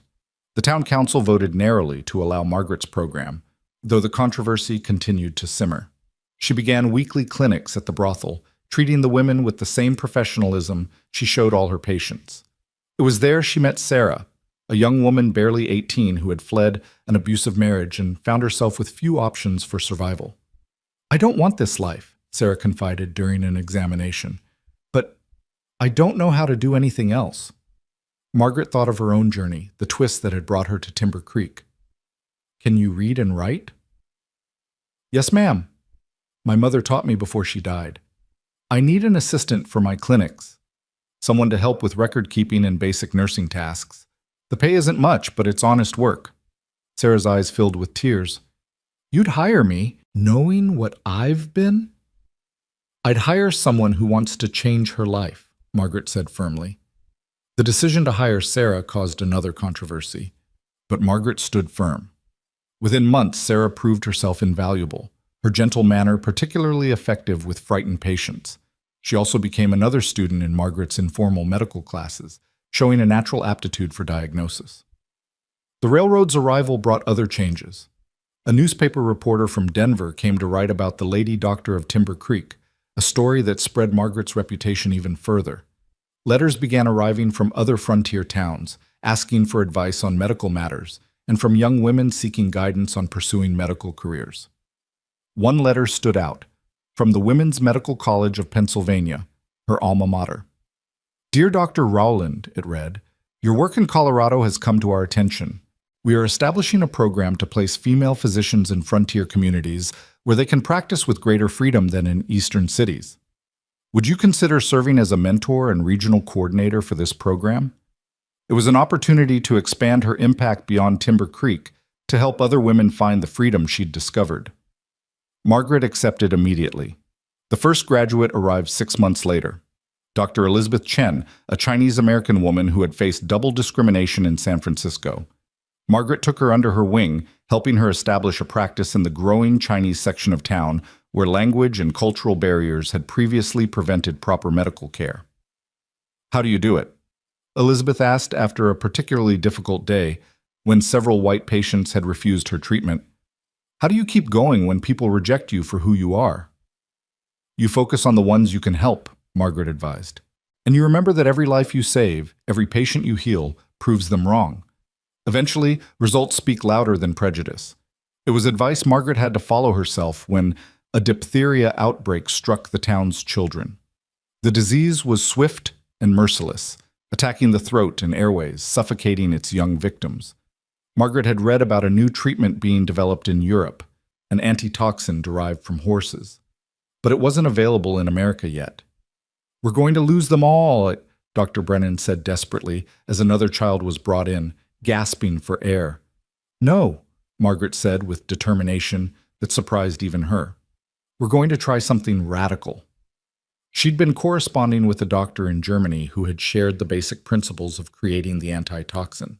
It was risky, experimental, but doing nothing meant certain death for dozens of children. Margaret set up a makeshift laboratory in the barn, using one of the horses from the livery stable. The process was complex and dangerous, injecting the horse with small amounts of diphtheria toxin to stimulate antibody production, then extracting and purifying the serum. "This is insane," Mrs. Hartwell said when she learned what Margaret was doing. But her granddaughter was among the sick, and desperation won over skepticism. But if it might save her, the first batch of antitoxin was ready after 5 agonizing days. Margaret tested it on the sickest children first, those who had hours at most to live. Within 12 hours, their breathing eased. Within 24, they were sitting up and taking broth. "It's a miracle," Reverend Matthews proclaimed from the pulpit. "It's science," Margaret corrected, but she was smiling through her exhaustion. The diphtheria antitoxin saved 37 children who would have died otherwise.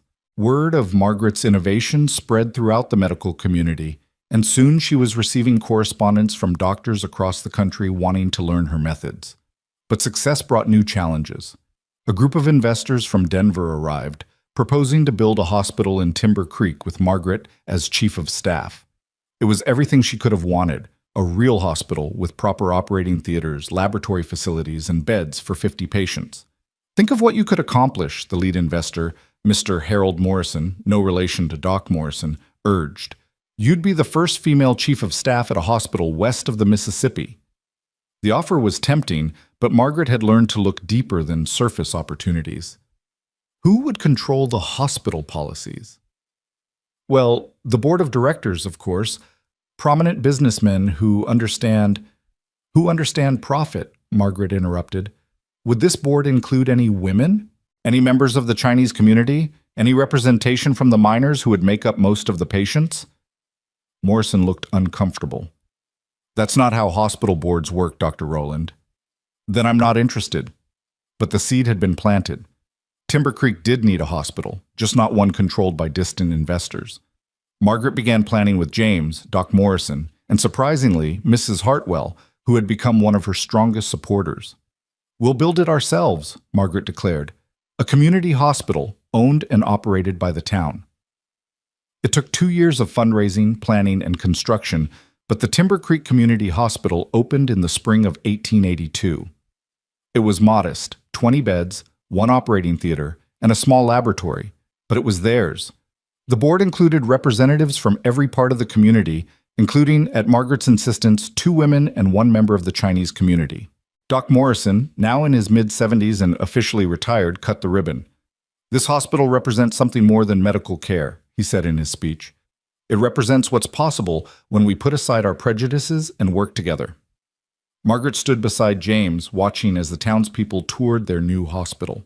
She thought about the journey that had brought her here, from the promising student in Pennsylvania to the disgraced physician fleeing Boston, from the mail-order bride hiding her identity to the respected doctor and chief of staff.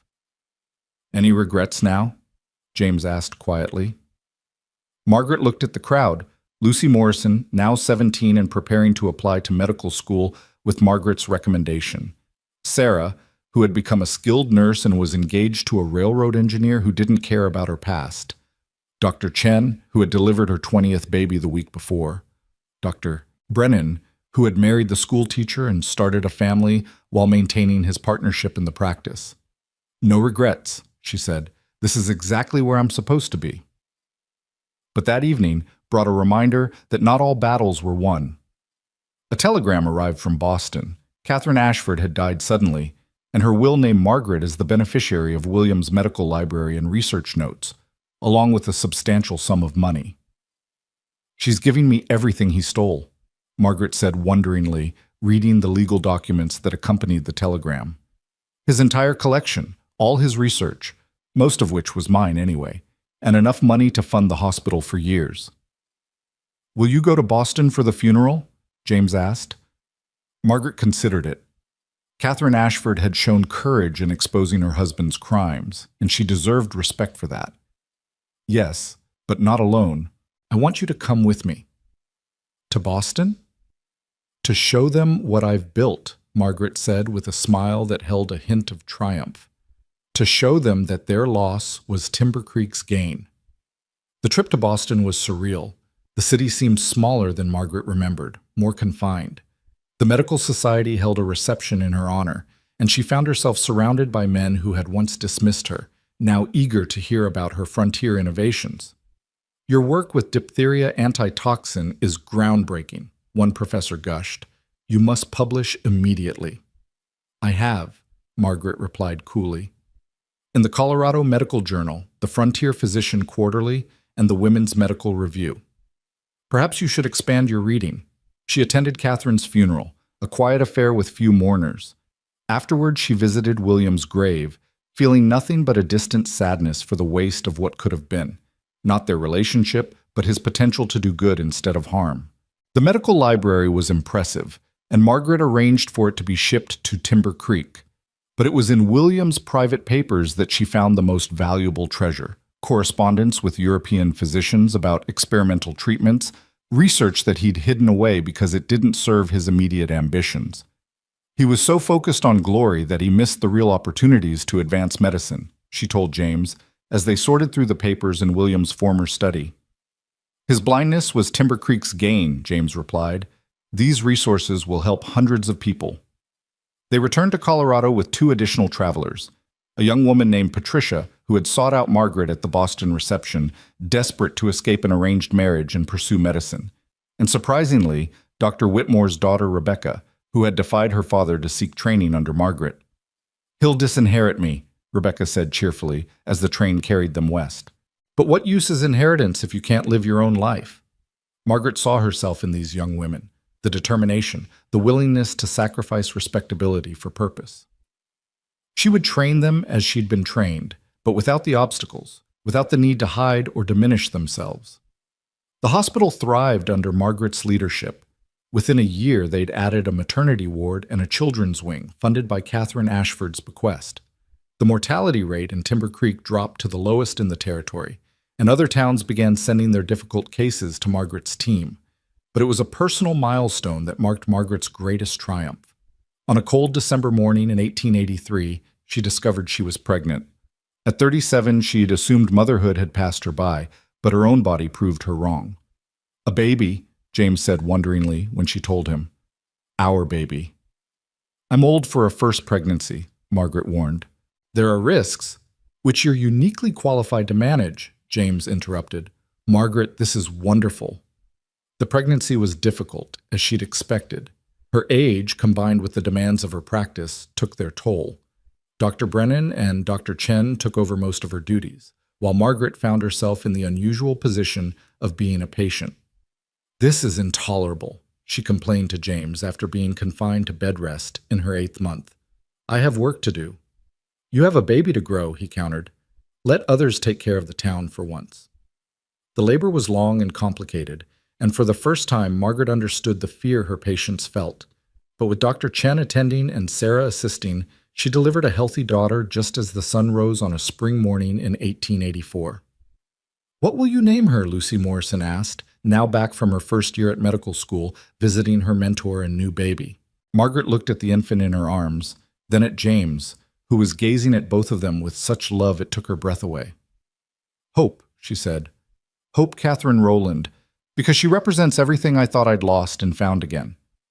The first weeks with baby Hope transformed Margaret's understanding of her patients in ways medical school never could. She found herself examining her daughter with the dual vision of doctor and mother, marveling at the tiny fingers that gripped hers with surprising strength, while simultaneously monitoring respiratory rates and reflexes. James often found her in the nursery at odd hours, making notes in a journal she'd started about infant development. "You're studying our daughter like she's a research subject," he said one night, though his tone was amused rather than critical. "I'm observing," Margaret corrected, adjusting Hope's blanket. "Do you know how little we actually understand about infant development?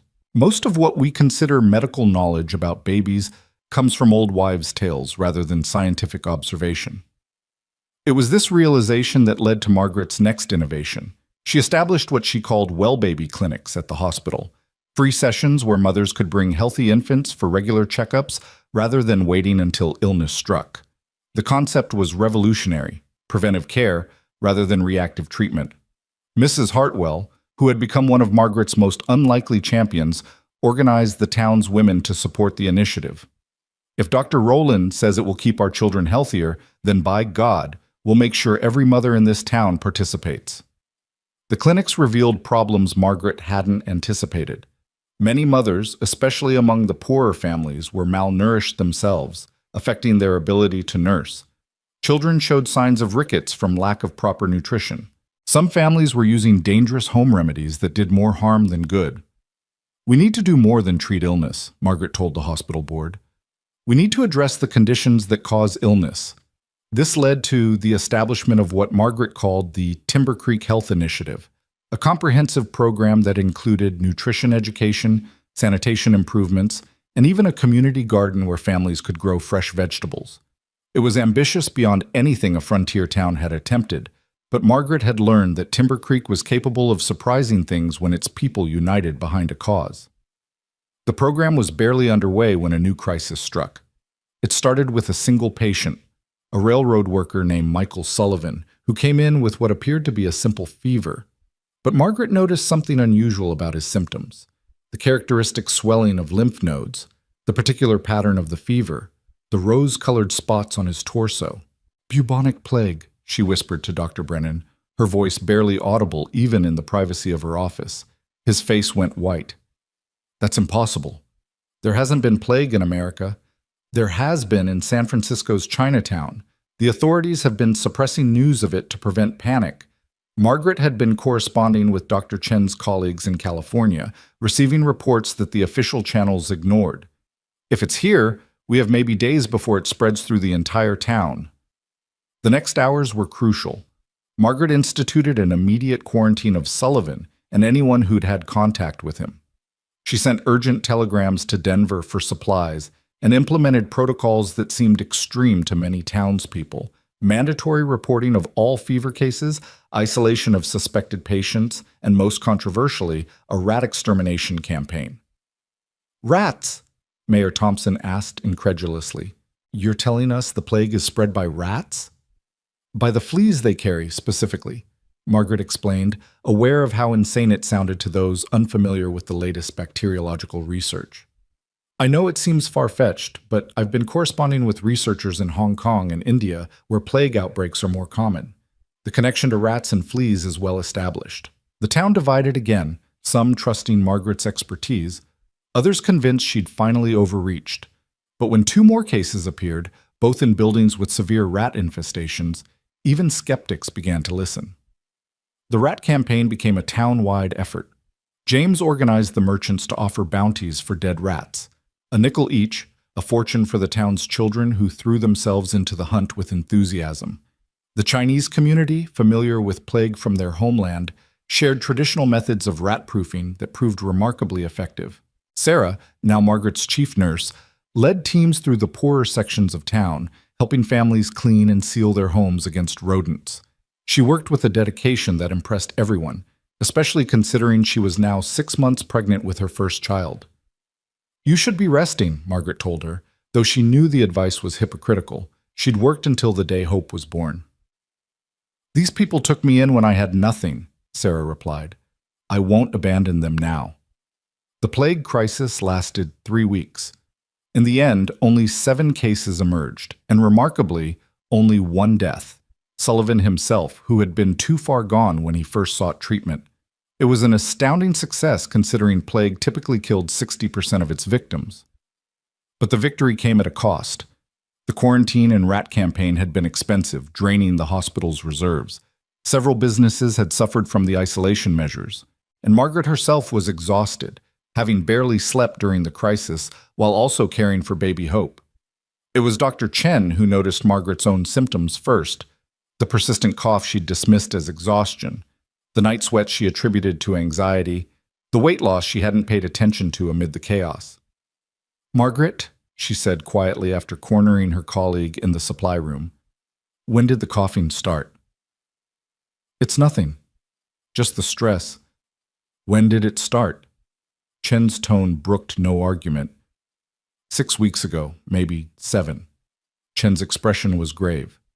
"You need to be examined, properly examined." The diagnosis was what Margaret had feared but refused to acknowledge: tuberculosis. The disease that claimed so many lives on the frontier, that filled sanitariums with desperate souls seeking clean mountain air. She'd been exposed countless times over the years, and now, weakened by pregnancy and exhaustion, her body had finally succumbed.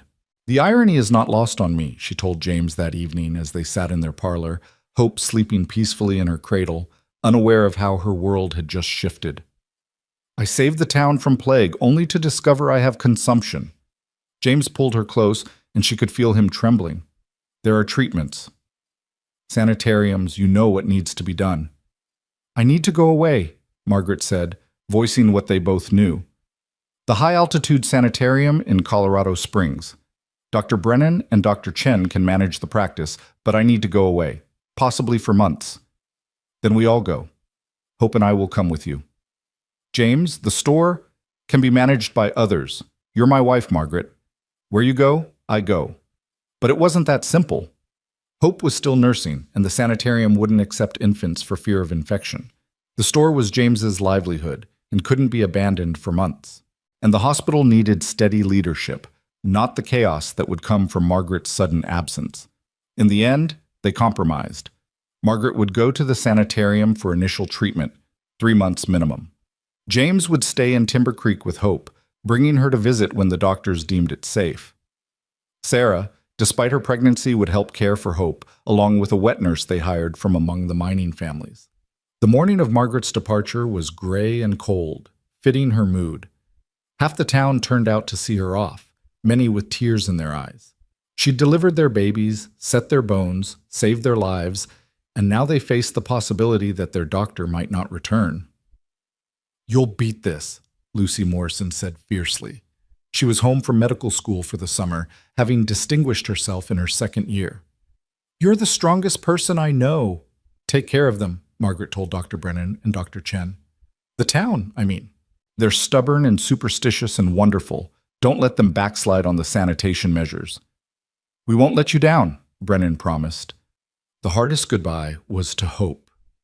Margaret held her daughter, memorizing the weight of her, the sweet baby smell, the way her eyes, James's sage green eyes, tracked movement with increasing awareness. "She won't remember me," Margaret whispered to James. "Then we'll make new memories when you return," he said firmly. "Because you will return, Margaret. You have to." The sanitarium in Colorado Springs was everything Margaret had expected: clean, regimented, and filled with desperate people trying to breathe. She was assigned a private room due to her medical status, though she quickly made it clear she expected no special treatment. The treatment was harsh: complete rest, a diet of raw eggs and milk, hours lying on an open-air porch even in freezing weather, and experimental treatments involving gold salts that made her violently ill. But Margaret approached it with the same determination she'd brought to medical school, to fighting for her right to practice, to building a life in Timber Creek. She kept detailed notes of her treatment and symptoms, corresponding with researchers in Europe who were developing new approaches to tuberculosis treatment. She also found herself counseling other patients, unable to completely set aside her physician's instincts. "You're supposed to be resting," the sanitarium director, Dr. Phillips, scolded when he found her examining another patient's sputum under a microscope she'd had James send from Timber Creek. "I am resting." "I'm sitting down, aren't I?" Margaret replied, not looking up from the lens. Besides, Mrs. Cooper here has been misdiagnosed. This isn't tuberculosis, it's chronic bronchitis, probably from her husband smoking. She doesn't need to be here. Dr. Phillips examined the sample himself and was forced to agree. Besides, Cooper was discharged the next day, tearfully grateful to Margaret for giving her back her life. Letters from Timber Creek were Margaret's lifeline. James wrote daily, filling pages with stories of Hope's development, her first laugh, her attempts at rolling over, the way she grabbed at his spectacles with determined little fists. Dr. Brennan and Dr. Chen sent medical updates, consulting her on difficult cases. Even Mrs. Hartwell wrote, gossipy letters that made Margaret smile despite herself. But it was Lucy's letter that brought the most significant news. She'd been accepted to Johns Hopkins Medical School, one of the first to accept women on equal terms with men. They said your recommendation letter was what made the difference, Lucy wrote. They were impressed that I'd trained under the famous Dr. Margaret Rowland. Famous? Margaret laughed at that, a harsh sound that triggered a coughing fit.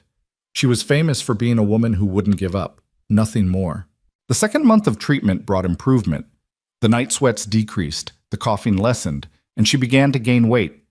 Dr. Phillips was cautiously optimistic. Your body is responding well to treatment. Another month, maybe 2, and you might be able to return home. But the third month brought an unexpected visitor. William Ashford's brother, Charles, arrived at the sanitarium, seeking Margaret out. I need your help, he said without preamble. My daughter, she wants to be a doctor, and every school has rejected her. They say she's too young, too delicate, too female. Sound familiar? Margaret studied him. Charles had the same sharp features as William, but his eyes held kindness rather than ambition. Why come to me? Your brother destroyed my career. Because you rebuilt it anyway. Because you proved them all wrong. And because Anna deserves better than what society wants to give her. He pulled out a photograph of a serious-looking young woman with intelligent eyes. She's brilliant, Dr. Rowland. Top of her class at Radcliffe. But that's not enough, apparently. What do you want from me? Teach her. Take her as an apprentice. Show her what you've learned about surviving as a female physician. It was audacious, asking Margaret to help the niece of the man who'd tried to destroy her. But looking at the photograph, Margaret saw herself at that age, desperate to learn, to prove herself, to heal. Send her to Timber Creek, Margaret said finally. Dr. Chen and Dr. Brennan will begin her training. When I return, I'll take over her education personally. Charles's relief was palpable. You're a remarkable woman, Dr. Rowland. My brother was a fool to make an enemy of you. Your brother was a fool for many reasons, Margaret replied. Don't let his daughter repeat his mistakes. The final month of treatment passed slowly. Margaret felt stronger each day, the disease retreating though not entirely defeated. Tuberculosis never truly left once it took hold, she knew. It would lurk in her lungs, waiting for another moment of weakness. Finally, in late autumn, Dr. Phillips declared her well enough to return home with strict conditions, limited work hours, continued rest periods, and avoiding exposure to infectious diseases when possible. You're recommending I stop being a doctor, Margaret observed. I'm recommending you be a living doctor rather than a dead one, Phillips replied bluntly. You have excellent colleagues. Learn to delegate. The journey home felt endless.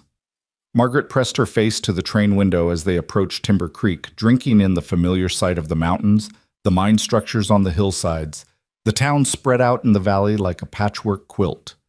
James was waiting at the station with Hope in his arms. Their daughter had changed dramatically in 4 months, sitting up on her own, babbling constantly, her hair grown into dark curls like Margaret's own. When Margaret reached for her, Hope studied her with solemn eyes before breaking into a gummy smile and reaching back. She remembers, James said, his voice thick with emotion. I told her about you every day, showed her your photograph. She remembers. The reunion was joyful but overwhelming. The entire town seemed to be at the station, cheering and crying. Margaret found herself passed from embrace to embrace, everyone wanting to welcome their doctor home. But it was Sarah who brought her back to reality. Her former assistant, now chief nurse, was heavily pregnant but glowing with health. We've managed, she said proudly. Followed all your protocols, didn't lose a single patient to infection. But Lord, we're glad you're back." The hospital felt different when Margaret returned to it, not physically, but in its atmosphere. Her absence had forced others to step up, to take ownership of what they'd built together. Dr. Brennan had implemented new surgical techniques he'd learned through correspondence. Dr. Chen had established a traditional Chinese medicine clinic that worked in conjunction with Western treatments. Even Mrs. Hartwell had taken charge of the fundraising committee with remarkable efficiency. "You've all outgrown me," Margaret said wonderingly after her first week back. "Never," Dr. Brennan said firmly. "We've just learned to follow your example, to innovate, to fight for what's right, to never accept 'that's how it's always been done' as an answer." Anna Ashford arrived 2 weeks later, a thin, intense young woman who looked at Margaret with something approaching hero worship. "Aunt Catherine told me about you before she died," Anna said, "about how Uncle William wronged you. I want you to know I'm nothing like him." "Prove it," Margaret said simply. "Show me through your actions, not your words." Anna did exactly that. She threw herself into her training with a dedication that impressed even Margaret. She had her uncle's intelligence, but none of his arrogance, willing to clean bedpans and roll bandages with the same enthusiasm she brought to observing surgeries. The winter brought its usual challenges: pneumonia outbreaks, mining accidents, difficult births. But Margaret found a new rhythm, working within her limitations while still maintaining her high standards. She taught more, delegating routine cases to her colleagues while handling the complex situations that required her expertise. It was during a particularly difficult delivery that Margaret's new approach proved its worth. The patient was a young woman pregnant with twins, showing signs of preeclampsia. In the past, Margaret would have handled everything herself. Now, she directed while doctor. Chen performed the actual delivery, with Anna assisting and Sarah managing the mother's dangerous blood pressure. "Watch how Dr. Chen positions her hands," Margaret instructed Anna. "The first twin is breech, so she needs to, yes, exactly like that." The successful delivery of 2 healthy boys, despite the complications, was a team victory, and Margaret realized this was her new role. Not just practitioner, but teacher. Not just doctor, but mentor. Spring brought unexpected news. The territorial government was establishing a medical college in Denver and wanted Margaret to help design the curriculum for female students. "They're finally admitting women need different preparation," the letter from the territorial governor explained. "Not because they're less capable, but because they face unique challenges. We need someone who understands those challenges." Margaret accepted immediately, though it meant traveling to Denver monthly for planning meetings. James worried about the strain on her health, but Margaret had learned to manage her condition, resting when needed, working when able. The medical college project connected her with female physicians throughout the territory, creating a network of support that hadn't existed before. They shared techniques, discussed cases, and most importantly, recommended each other to patients who might otherwise never trust a female doctor. It was through this network that Margaret learned of a disturbing trend. Several female physicians had been attacked, not physically, but professionally, through coordinated campaigns to discredit them. The attacks all followed the same pattern: anonymous accusations of impropriety, usually involving male patients, followed by pressure on local medical boards to revoke licenses. "Someone's organizing this," Dr. Mary Peterson from Boulder wrote. "Someone with resources and connections throughout the territory." Margaret had her suspicions, especially when she received an anonymous letter warning her to remember her place or face consequences. The handwriting looked familiar, though she couldn't place it. The answer came from an unexpected source. Mrs. Hartwell, now one of Margaret's staunchest allies, recognized the handwriting immediately. "That's Harold Morrison," she said with certainty. "The investor who wanted to build the hospital here. He's my second cousin, and I'd recognize that pretentious script anywhere." Morrison, investigation revealed, had been buying up medical practices throughout the territory, creating a monopoly on healthcare that he could control and profit from. Female physicians, with their tendency to treat poor patients for free and resist corporate control, were obstacles to his plan. "We need to fight back," Dr. Chen said during an emergency meeting of the Female Physicians Network. "But how do we fight someone with that much money and influence?" "With the truth," Margaret said, "and with each other." What followed was a coordinated campaign that would have been impossible just years earlier.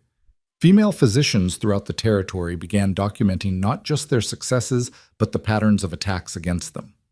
Lucy Morrison, home for summer break, used her connections at Johns Hopkins to get Eastern newspapers interested in the story. Anna Ashford convinced her father to use his influence in Boston financial circles to investigate Morrison's business practices. The breaking point came when Morrison overreached, attempting to have Margaret's license revoked based on forged documents suggesting she'd been treating patients while actively tubercular and contagious. The dates don't match, James pointed out, examining the supposed evidence with his shopkeeper's eye for detail. These claim Margaret was treating patients in Timber Creek, while she was documented as being at the sanitarium in Colorado Springs. The forgery was so obvious once exposed that Morrison's entire scheme unraveled. Several of his other attacks were revealed as similarly fabricated. The territorial governor, embarrassed by the scandal, not only reaffirmed the licenses of all affected female physicians, but established new protections against such coordinated attacks. Morrison fled the territory ahead of fraud charges, but the damage to his network was done. The female physicians had proven they could defend themselves when united, and their victory encouraged more women to pursue medical careers. "You've changed things," Anna told Margaret as they worked side by side in the hospital. "Not just for Timber Creek, but for all of us." "We've changed things," Margaret corrected.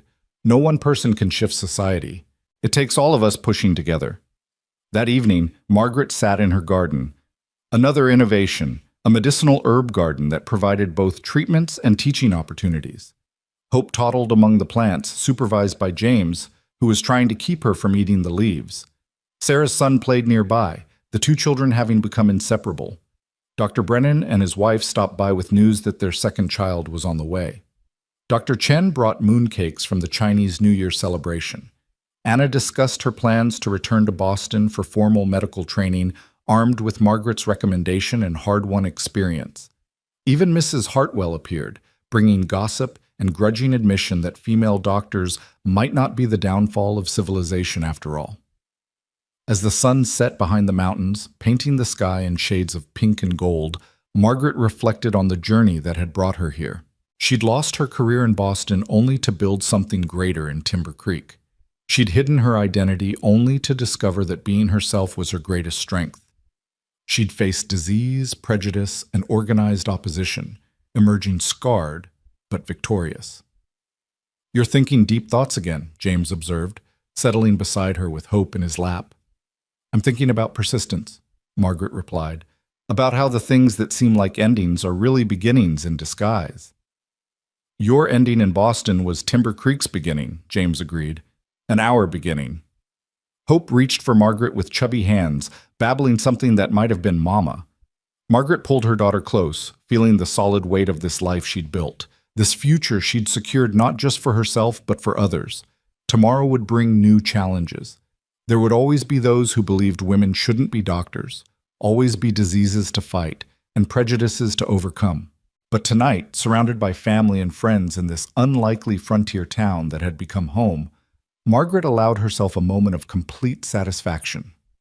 She had come to Timber Creek as a mail-order bride hiding her past as a doctor.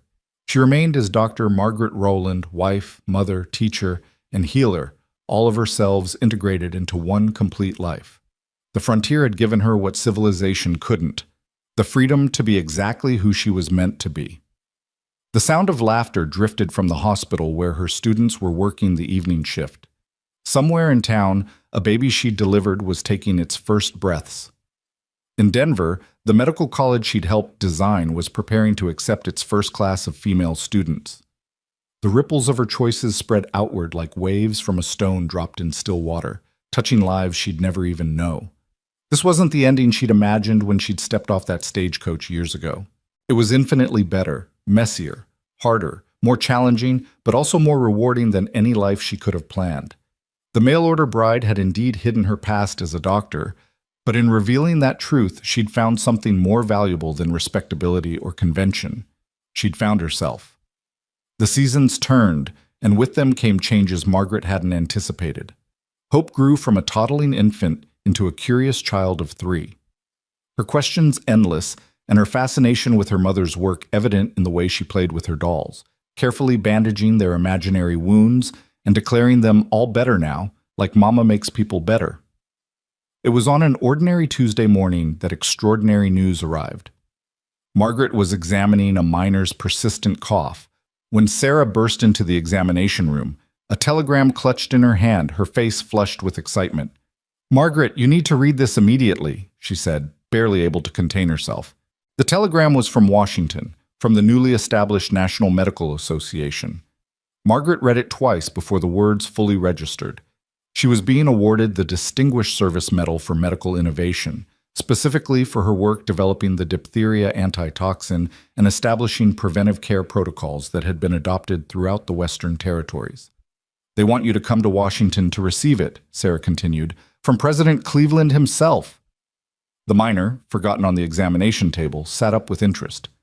"Are docs getting a medal from the president?" "Well, I'll be damned." Word spread through Timber Creek like wildfire through dry brush. By evening, the entire town was buzzing with pride and excitement.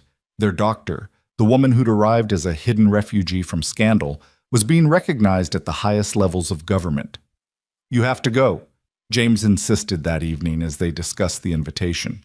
"This isn't just recognition for you, it's validation for every female physician who's been told she doesn't belong. But the practice, the hospital, we'll survive 2 weeks without you. Margaret, you've earned this." The preparations for the trip became a town affair. Mrs. Hartwell organized a committee to ensure Margaret had appropriate attire for Washington society. The Chinese community contributed an elegant silk shawl embroidered with symbols of healing and prosperity. Even the miners took up a collection to help with travel expenses, though Margaret protested she didn't need it. "You saved our lives more times than we can count," Big Tom McKenna said gruffly. "Least we can do is help you get to Washington to get what you deserve."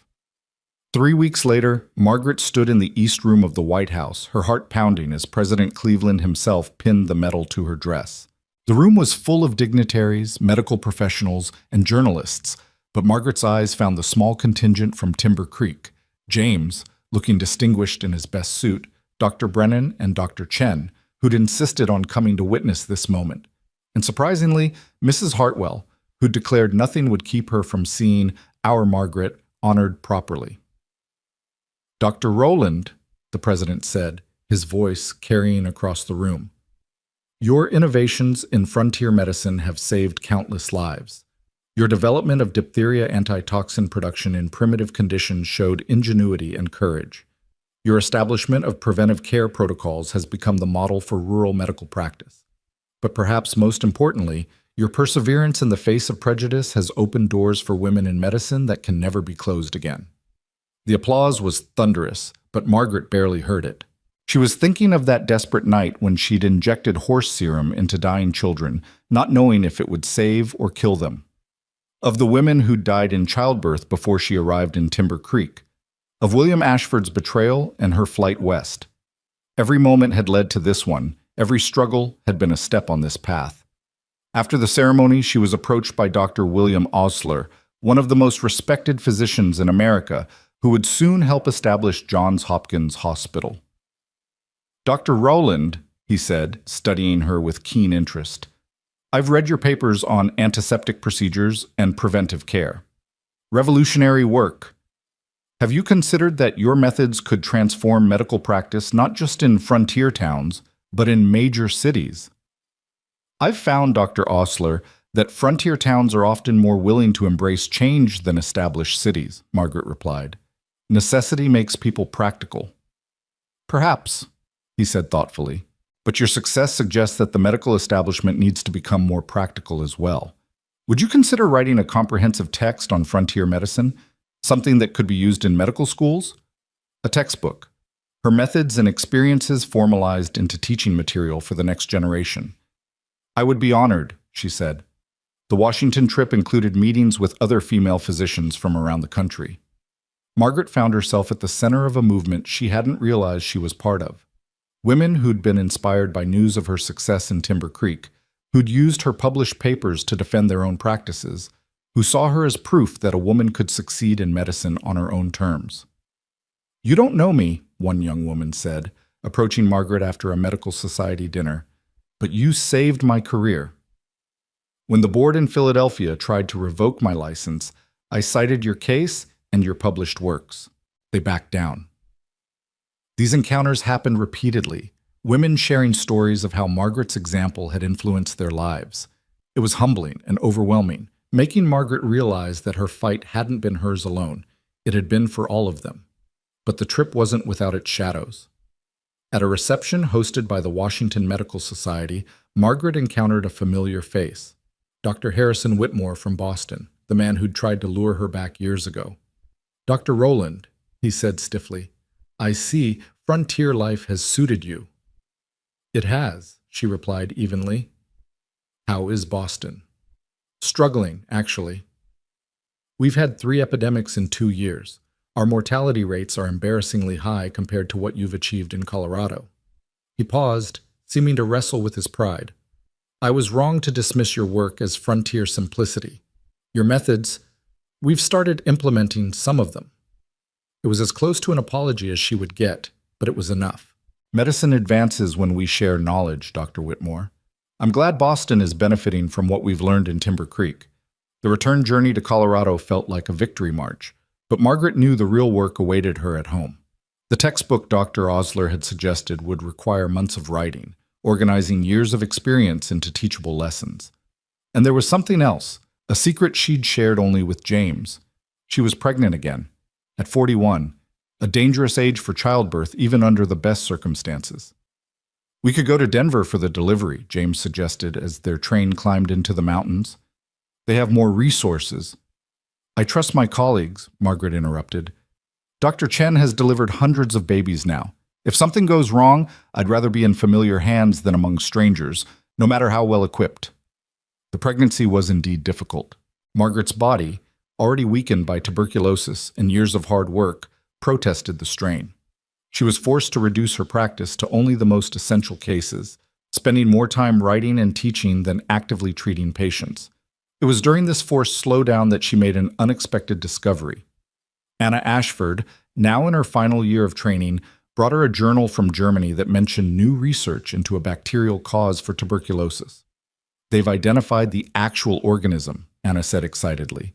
"Dr. Koch calls it Mycobacterium tuberculosis. If we can identify the organism, maybe we can develop targeted treatments." Margaret read the research with growing excitement.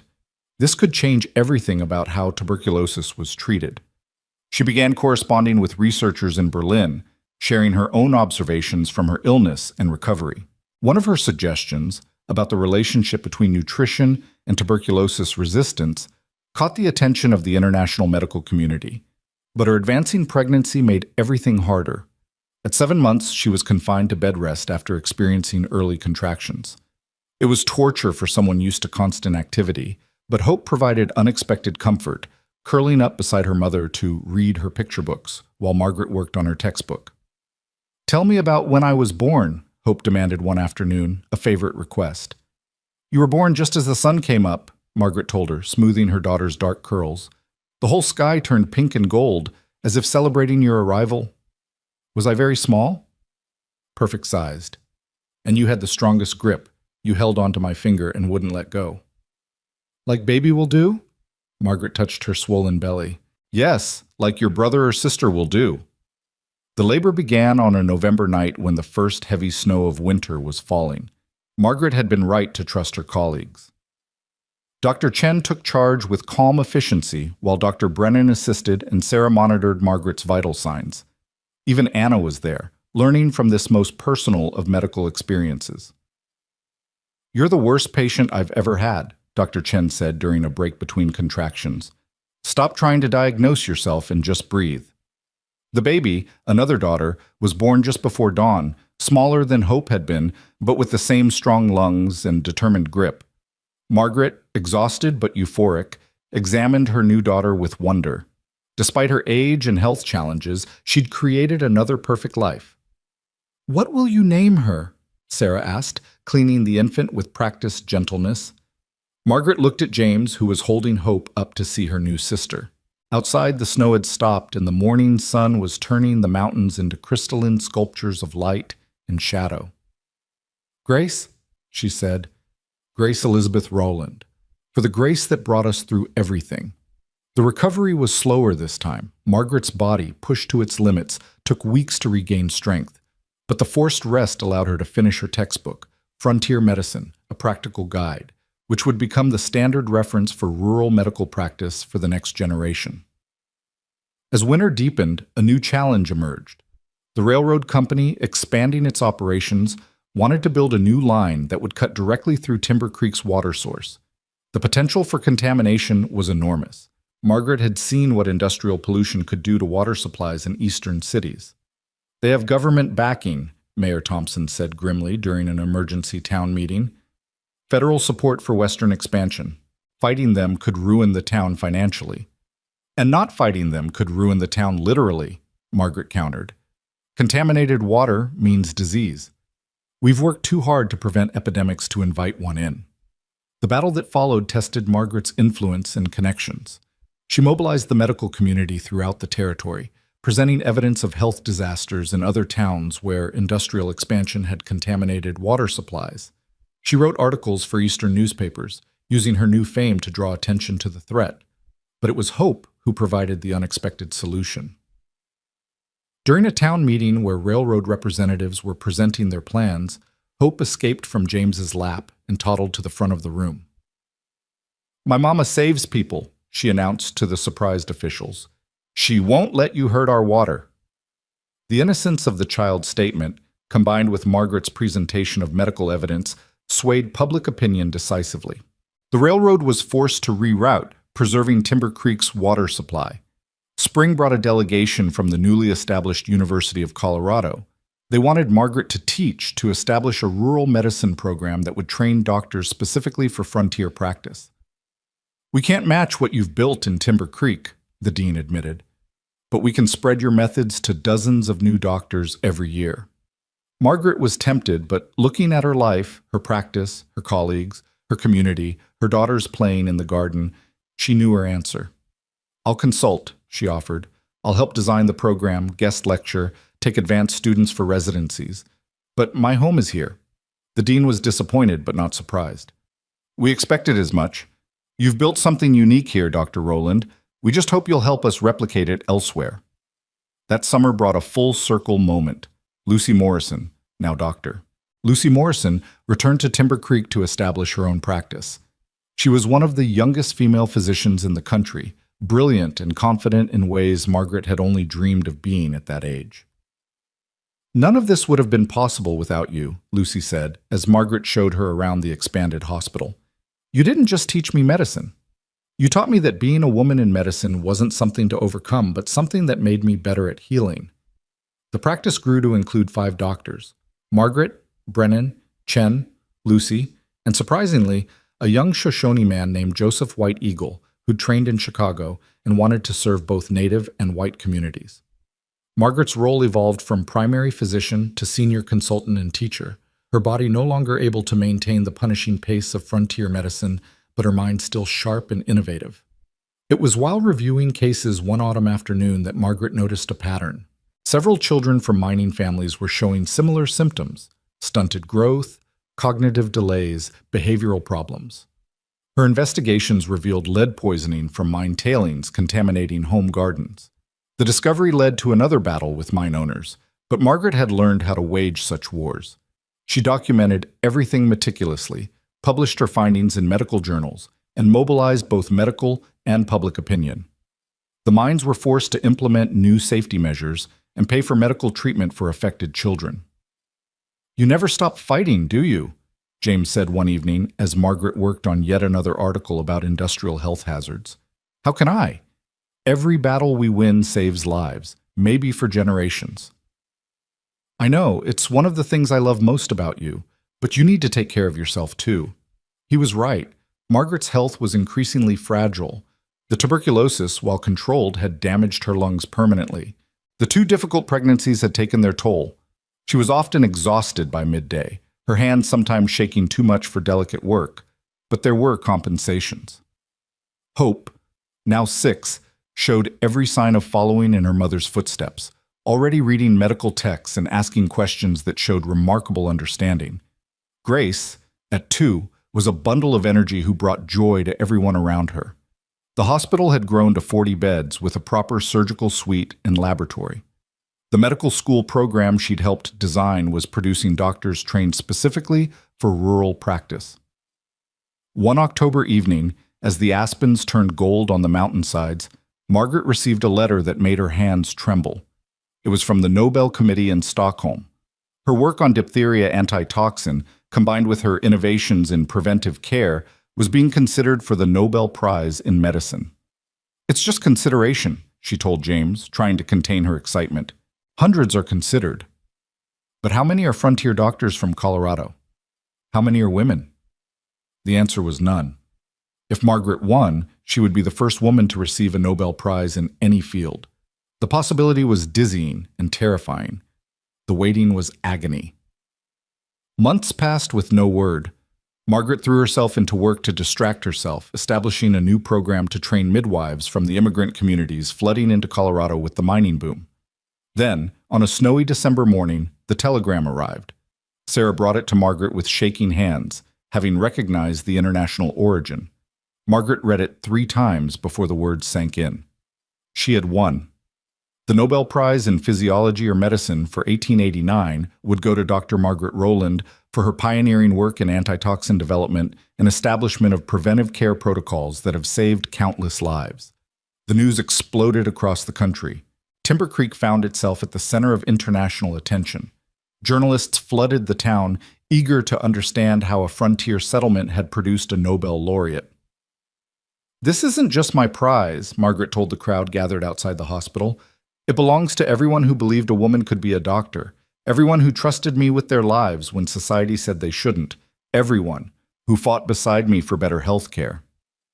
This prize belongs to Timber Creek." The trip to Stockholm was a world away from anything Margaret had experienced. Kings and queens, scientists and scholars, all gathered to celebrate human achievement. But standing at the podium in the Golden Hall, Margaret thought not of glory, but of the journey. The desperate flight from Boston, the terrified woman hiding her skills, the first baby she'd delivered in Timber Creek, the children saved by horse serum and hope. "Medicine," she said in her acceptance speech, "advances not in the great hospitals of capital cities, but wherever someone refuses to accept that suffering is inevitable. It progresses when we remember that healing is not about authority or tradition, but about observation, innovation, and compassion. I learned this not in the halls of medical schools, but in a frontier town where necessity made revolutionaries of us all." The return to Timber Creek was bittersweet. The fame brought opportunities, but also obligations. Margaret found herself pulled in many directions: lectures, consultations, endless correspondence. But she was determined not to let fame separate her from the work that mattered. She established the Rowland Foundation with her prize money, dedicated to training female physicians and providing medical care to underserved communities. The first recipient was a young black woman from Mississippi who'd been rejected by every medical school despite exceptional qualifications. "They said I was doubly cursed," the young woman Martha Washington said when she arrived in Timber Creek. "Black and female. They said I'd never be a doctor." "They said the same about me, just with different words," Margaret replied. "Prove them wrong as I did." As Margaret aged, her body increasingly fragile but her spirit undimmed, she watched the seed she'd planted bloom into a garden of change.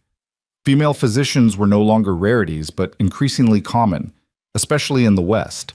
Her textbook was in its 3rd edition, used in medical schools across the country. The preventive care protocols she'd pioneered had become standard practice, but it was the personal victories that mattered most. Hope, at 16, was accepted early to medical school, her brilliance undeniable. Grace showed more interest in law, declaring she would fight for people like Mama does, but with words instead of medicines. James's hair had gone completely silver, but his love remained as steady as the mountains surrounding their town. One spring evening, as Margaret sat in her garden watching her daughters help Dr. Lucy with a difficult delivery at the hospital, she felt a deep sense of completion. The mail-order bride who'd hidden her past had become not just a doctor, but a symbol of what was possible when courage met opportunity. "Any regrets now?" James asked, settling beside her as he had so many evenings over the years. Margaret thought of all the paths not taken, the life she might have had in Boston if William Ashford hadn't betrayed her, the prestigious position she'd turned down to stay in Timber Creek. "How could I regret the life that gave me everything?" she replied. "I came here to hide and instead found myself. I thought I was ending my medical career and instead revolutionized it. I expected loneliness and found love, community, purpose." As the sun set behind the mountains, painting the sky in shades of rose and gold, Margaret knew her story was nearing its end. The tuberculosis, dormant for years, was stirring again. She could feel it in her labored breathing, her persistent fever. But there was no fear, only gratitude for the unexpected life she'd lived. She had one last lesson to teach, one final contribution to make. Over the following months, she documented everything, not just medical procedures, but the human side of frontier medicine. The fears and triumphs, the failures that led to innovations, the prejudices overcome and battles fought. It would become her final gift to the world, a memoir that would inspire generations of physicians, especially women, to persist despite obstacles. The end came on a September morning when the aspens were just beginning to turn. Margaret woke to find her family gathered around her bed, James holding her hand, Hope and Grace on either side, her colleagues and friends filling the room. "Did we win?" she whispered, her voice barely audible. "Yes, my love," James replied, understanding she meant more than any single battle. "We won everything that mattered." Margaret smiled, thinking of that frightened woman stepping off the stagecoach so many years ago, carrying secrets and shame. That woman could never have imagined this ending, surrounded by love, celebrated for her achievements, having changed the world not by hiding who she was, but by revealing it fully. As her breathing slowed, she heard Hope reading from her medical texts to Grace, explaining how their mother had revolutionized antiseptic procedures. She heard the bustle of the hospital next door, where lives were being saved using methods she'd developed. She heard the voices of all the women who'd become doctors because she'd shown it was possible. The mail-order bride had hidden her past as a doctor, but in revealing that truth, she'd created a future where such hiding would never be necessary again. The frontier town had learned the truth when the epidemic broke, but that revelation had broken more than disease. It had broken barriers that had stood for centuries. Margaret Rowland, née Hale, died as she had lived in Timber Creek, surrounded by those she'd healed, taught, and loved. Her last thought was not of the Nobel Prize or the textbooks bearing her name or the medical procedures that would save countless lives.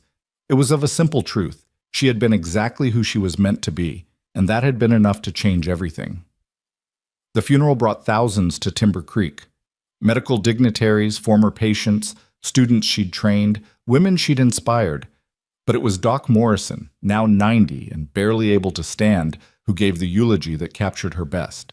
"Margaret Rowland came to us as a secret," he said, his voice still strong despite his age. "She left us as a legacy. She taught us that healing isn't about degrees or recognition, but about seeing suffering and refusing to accept it.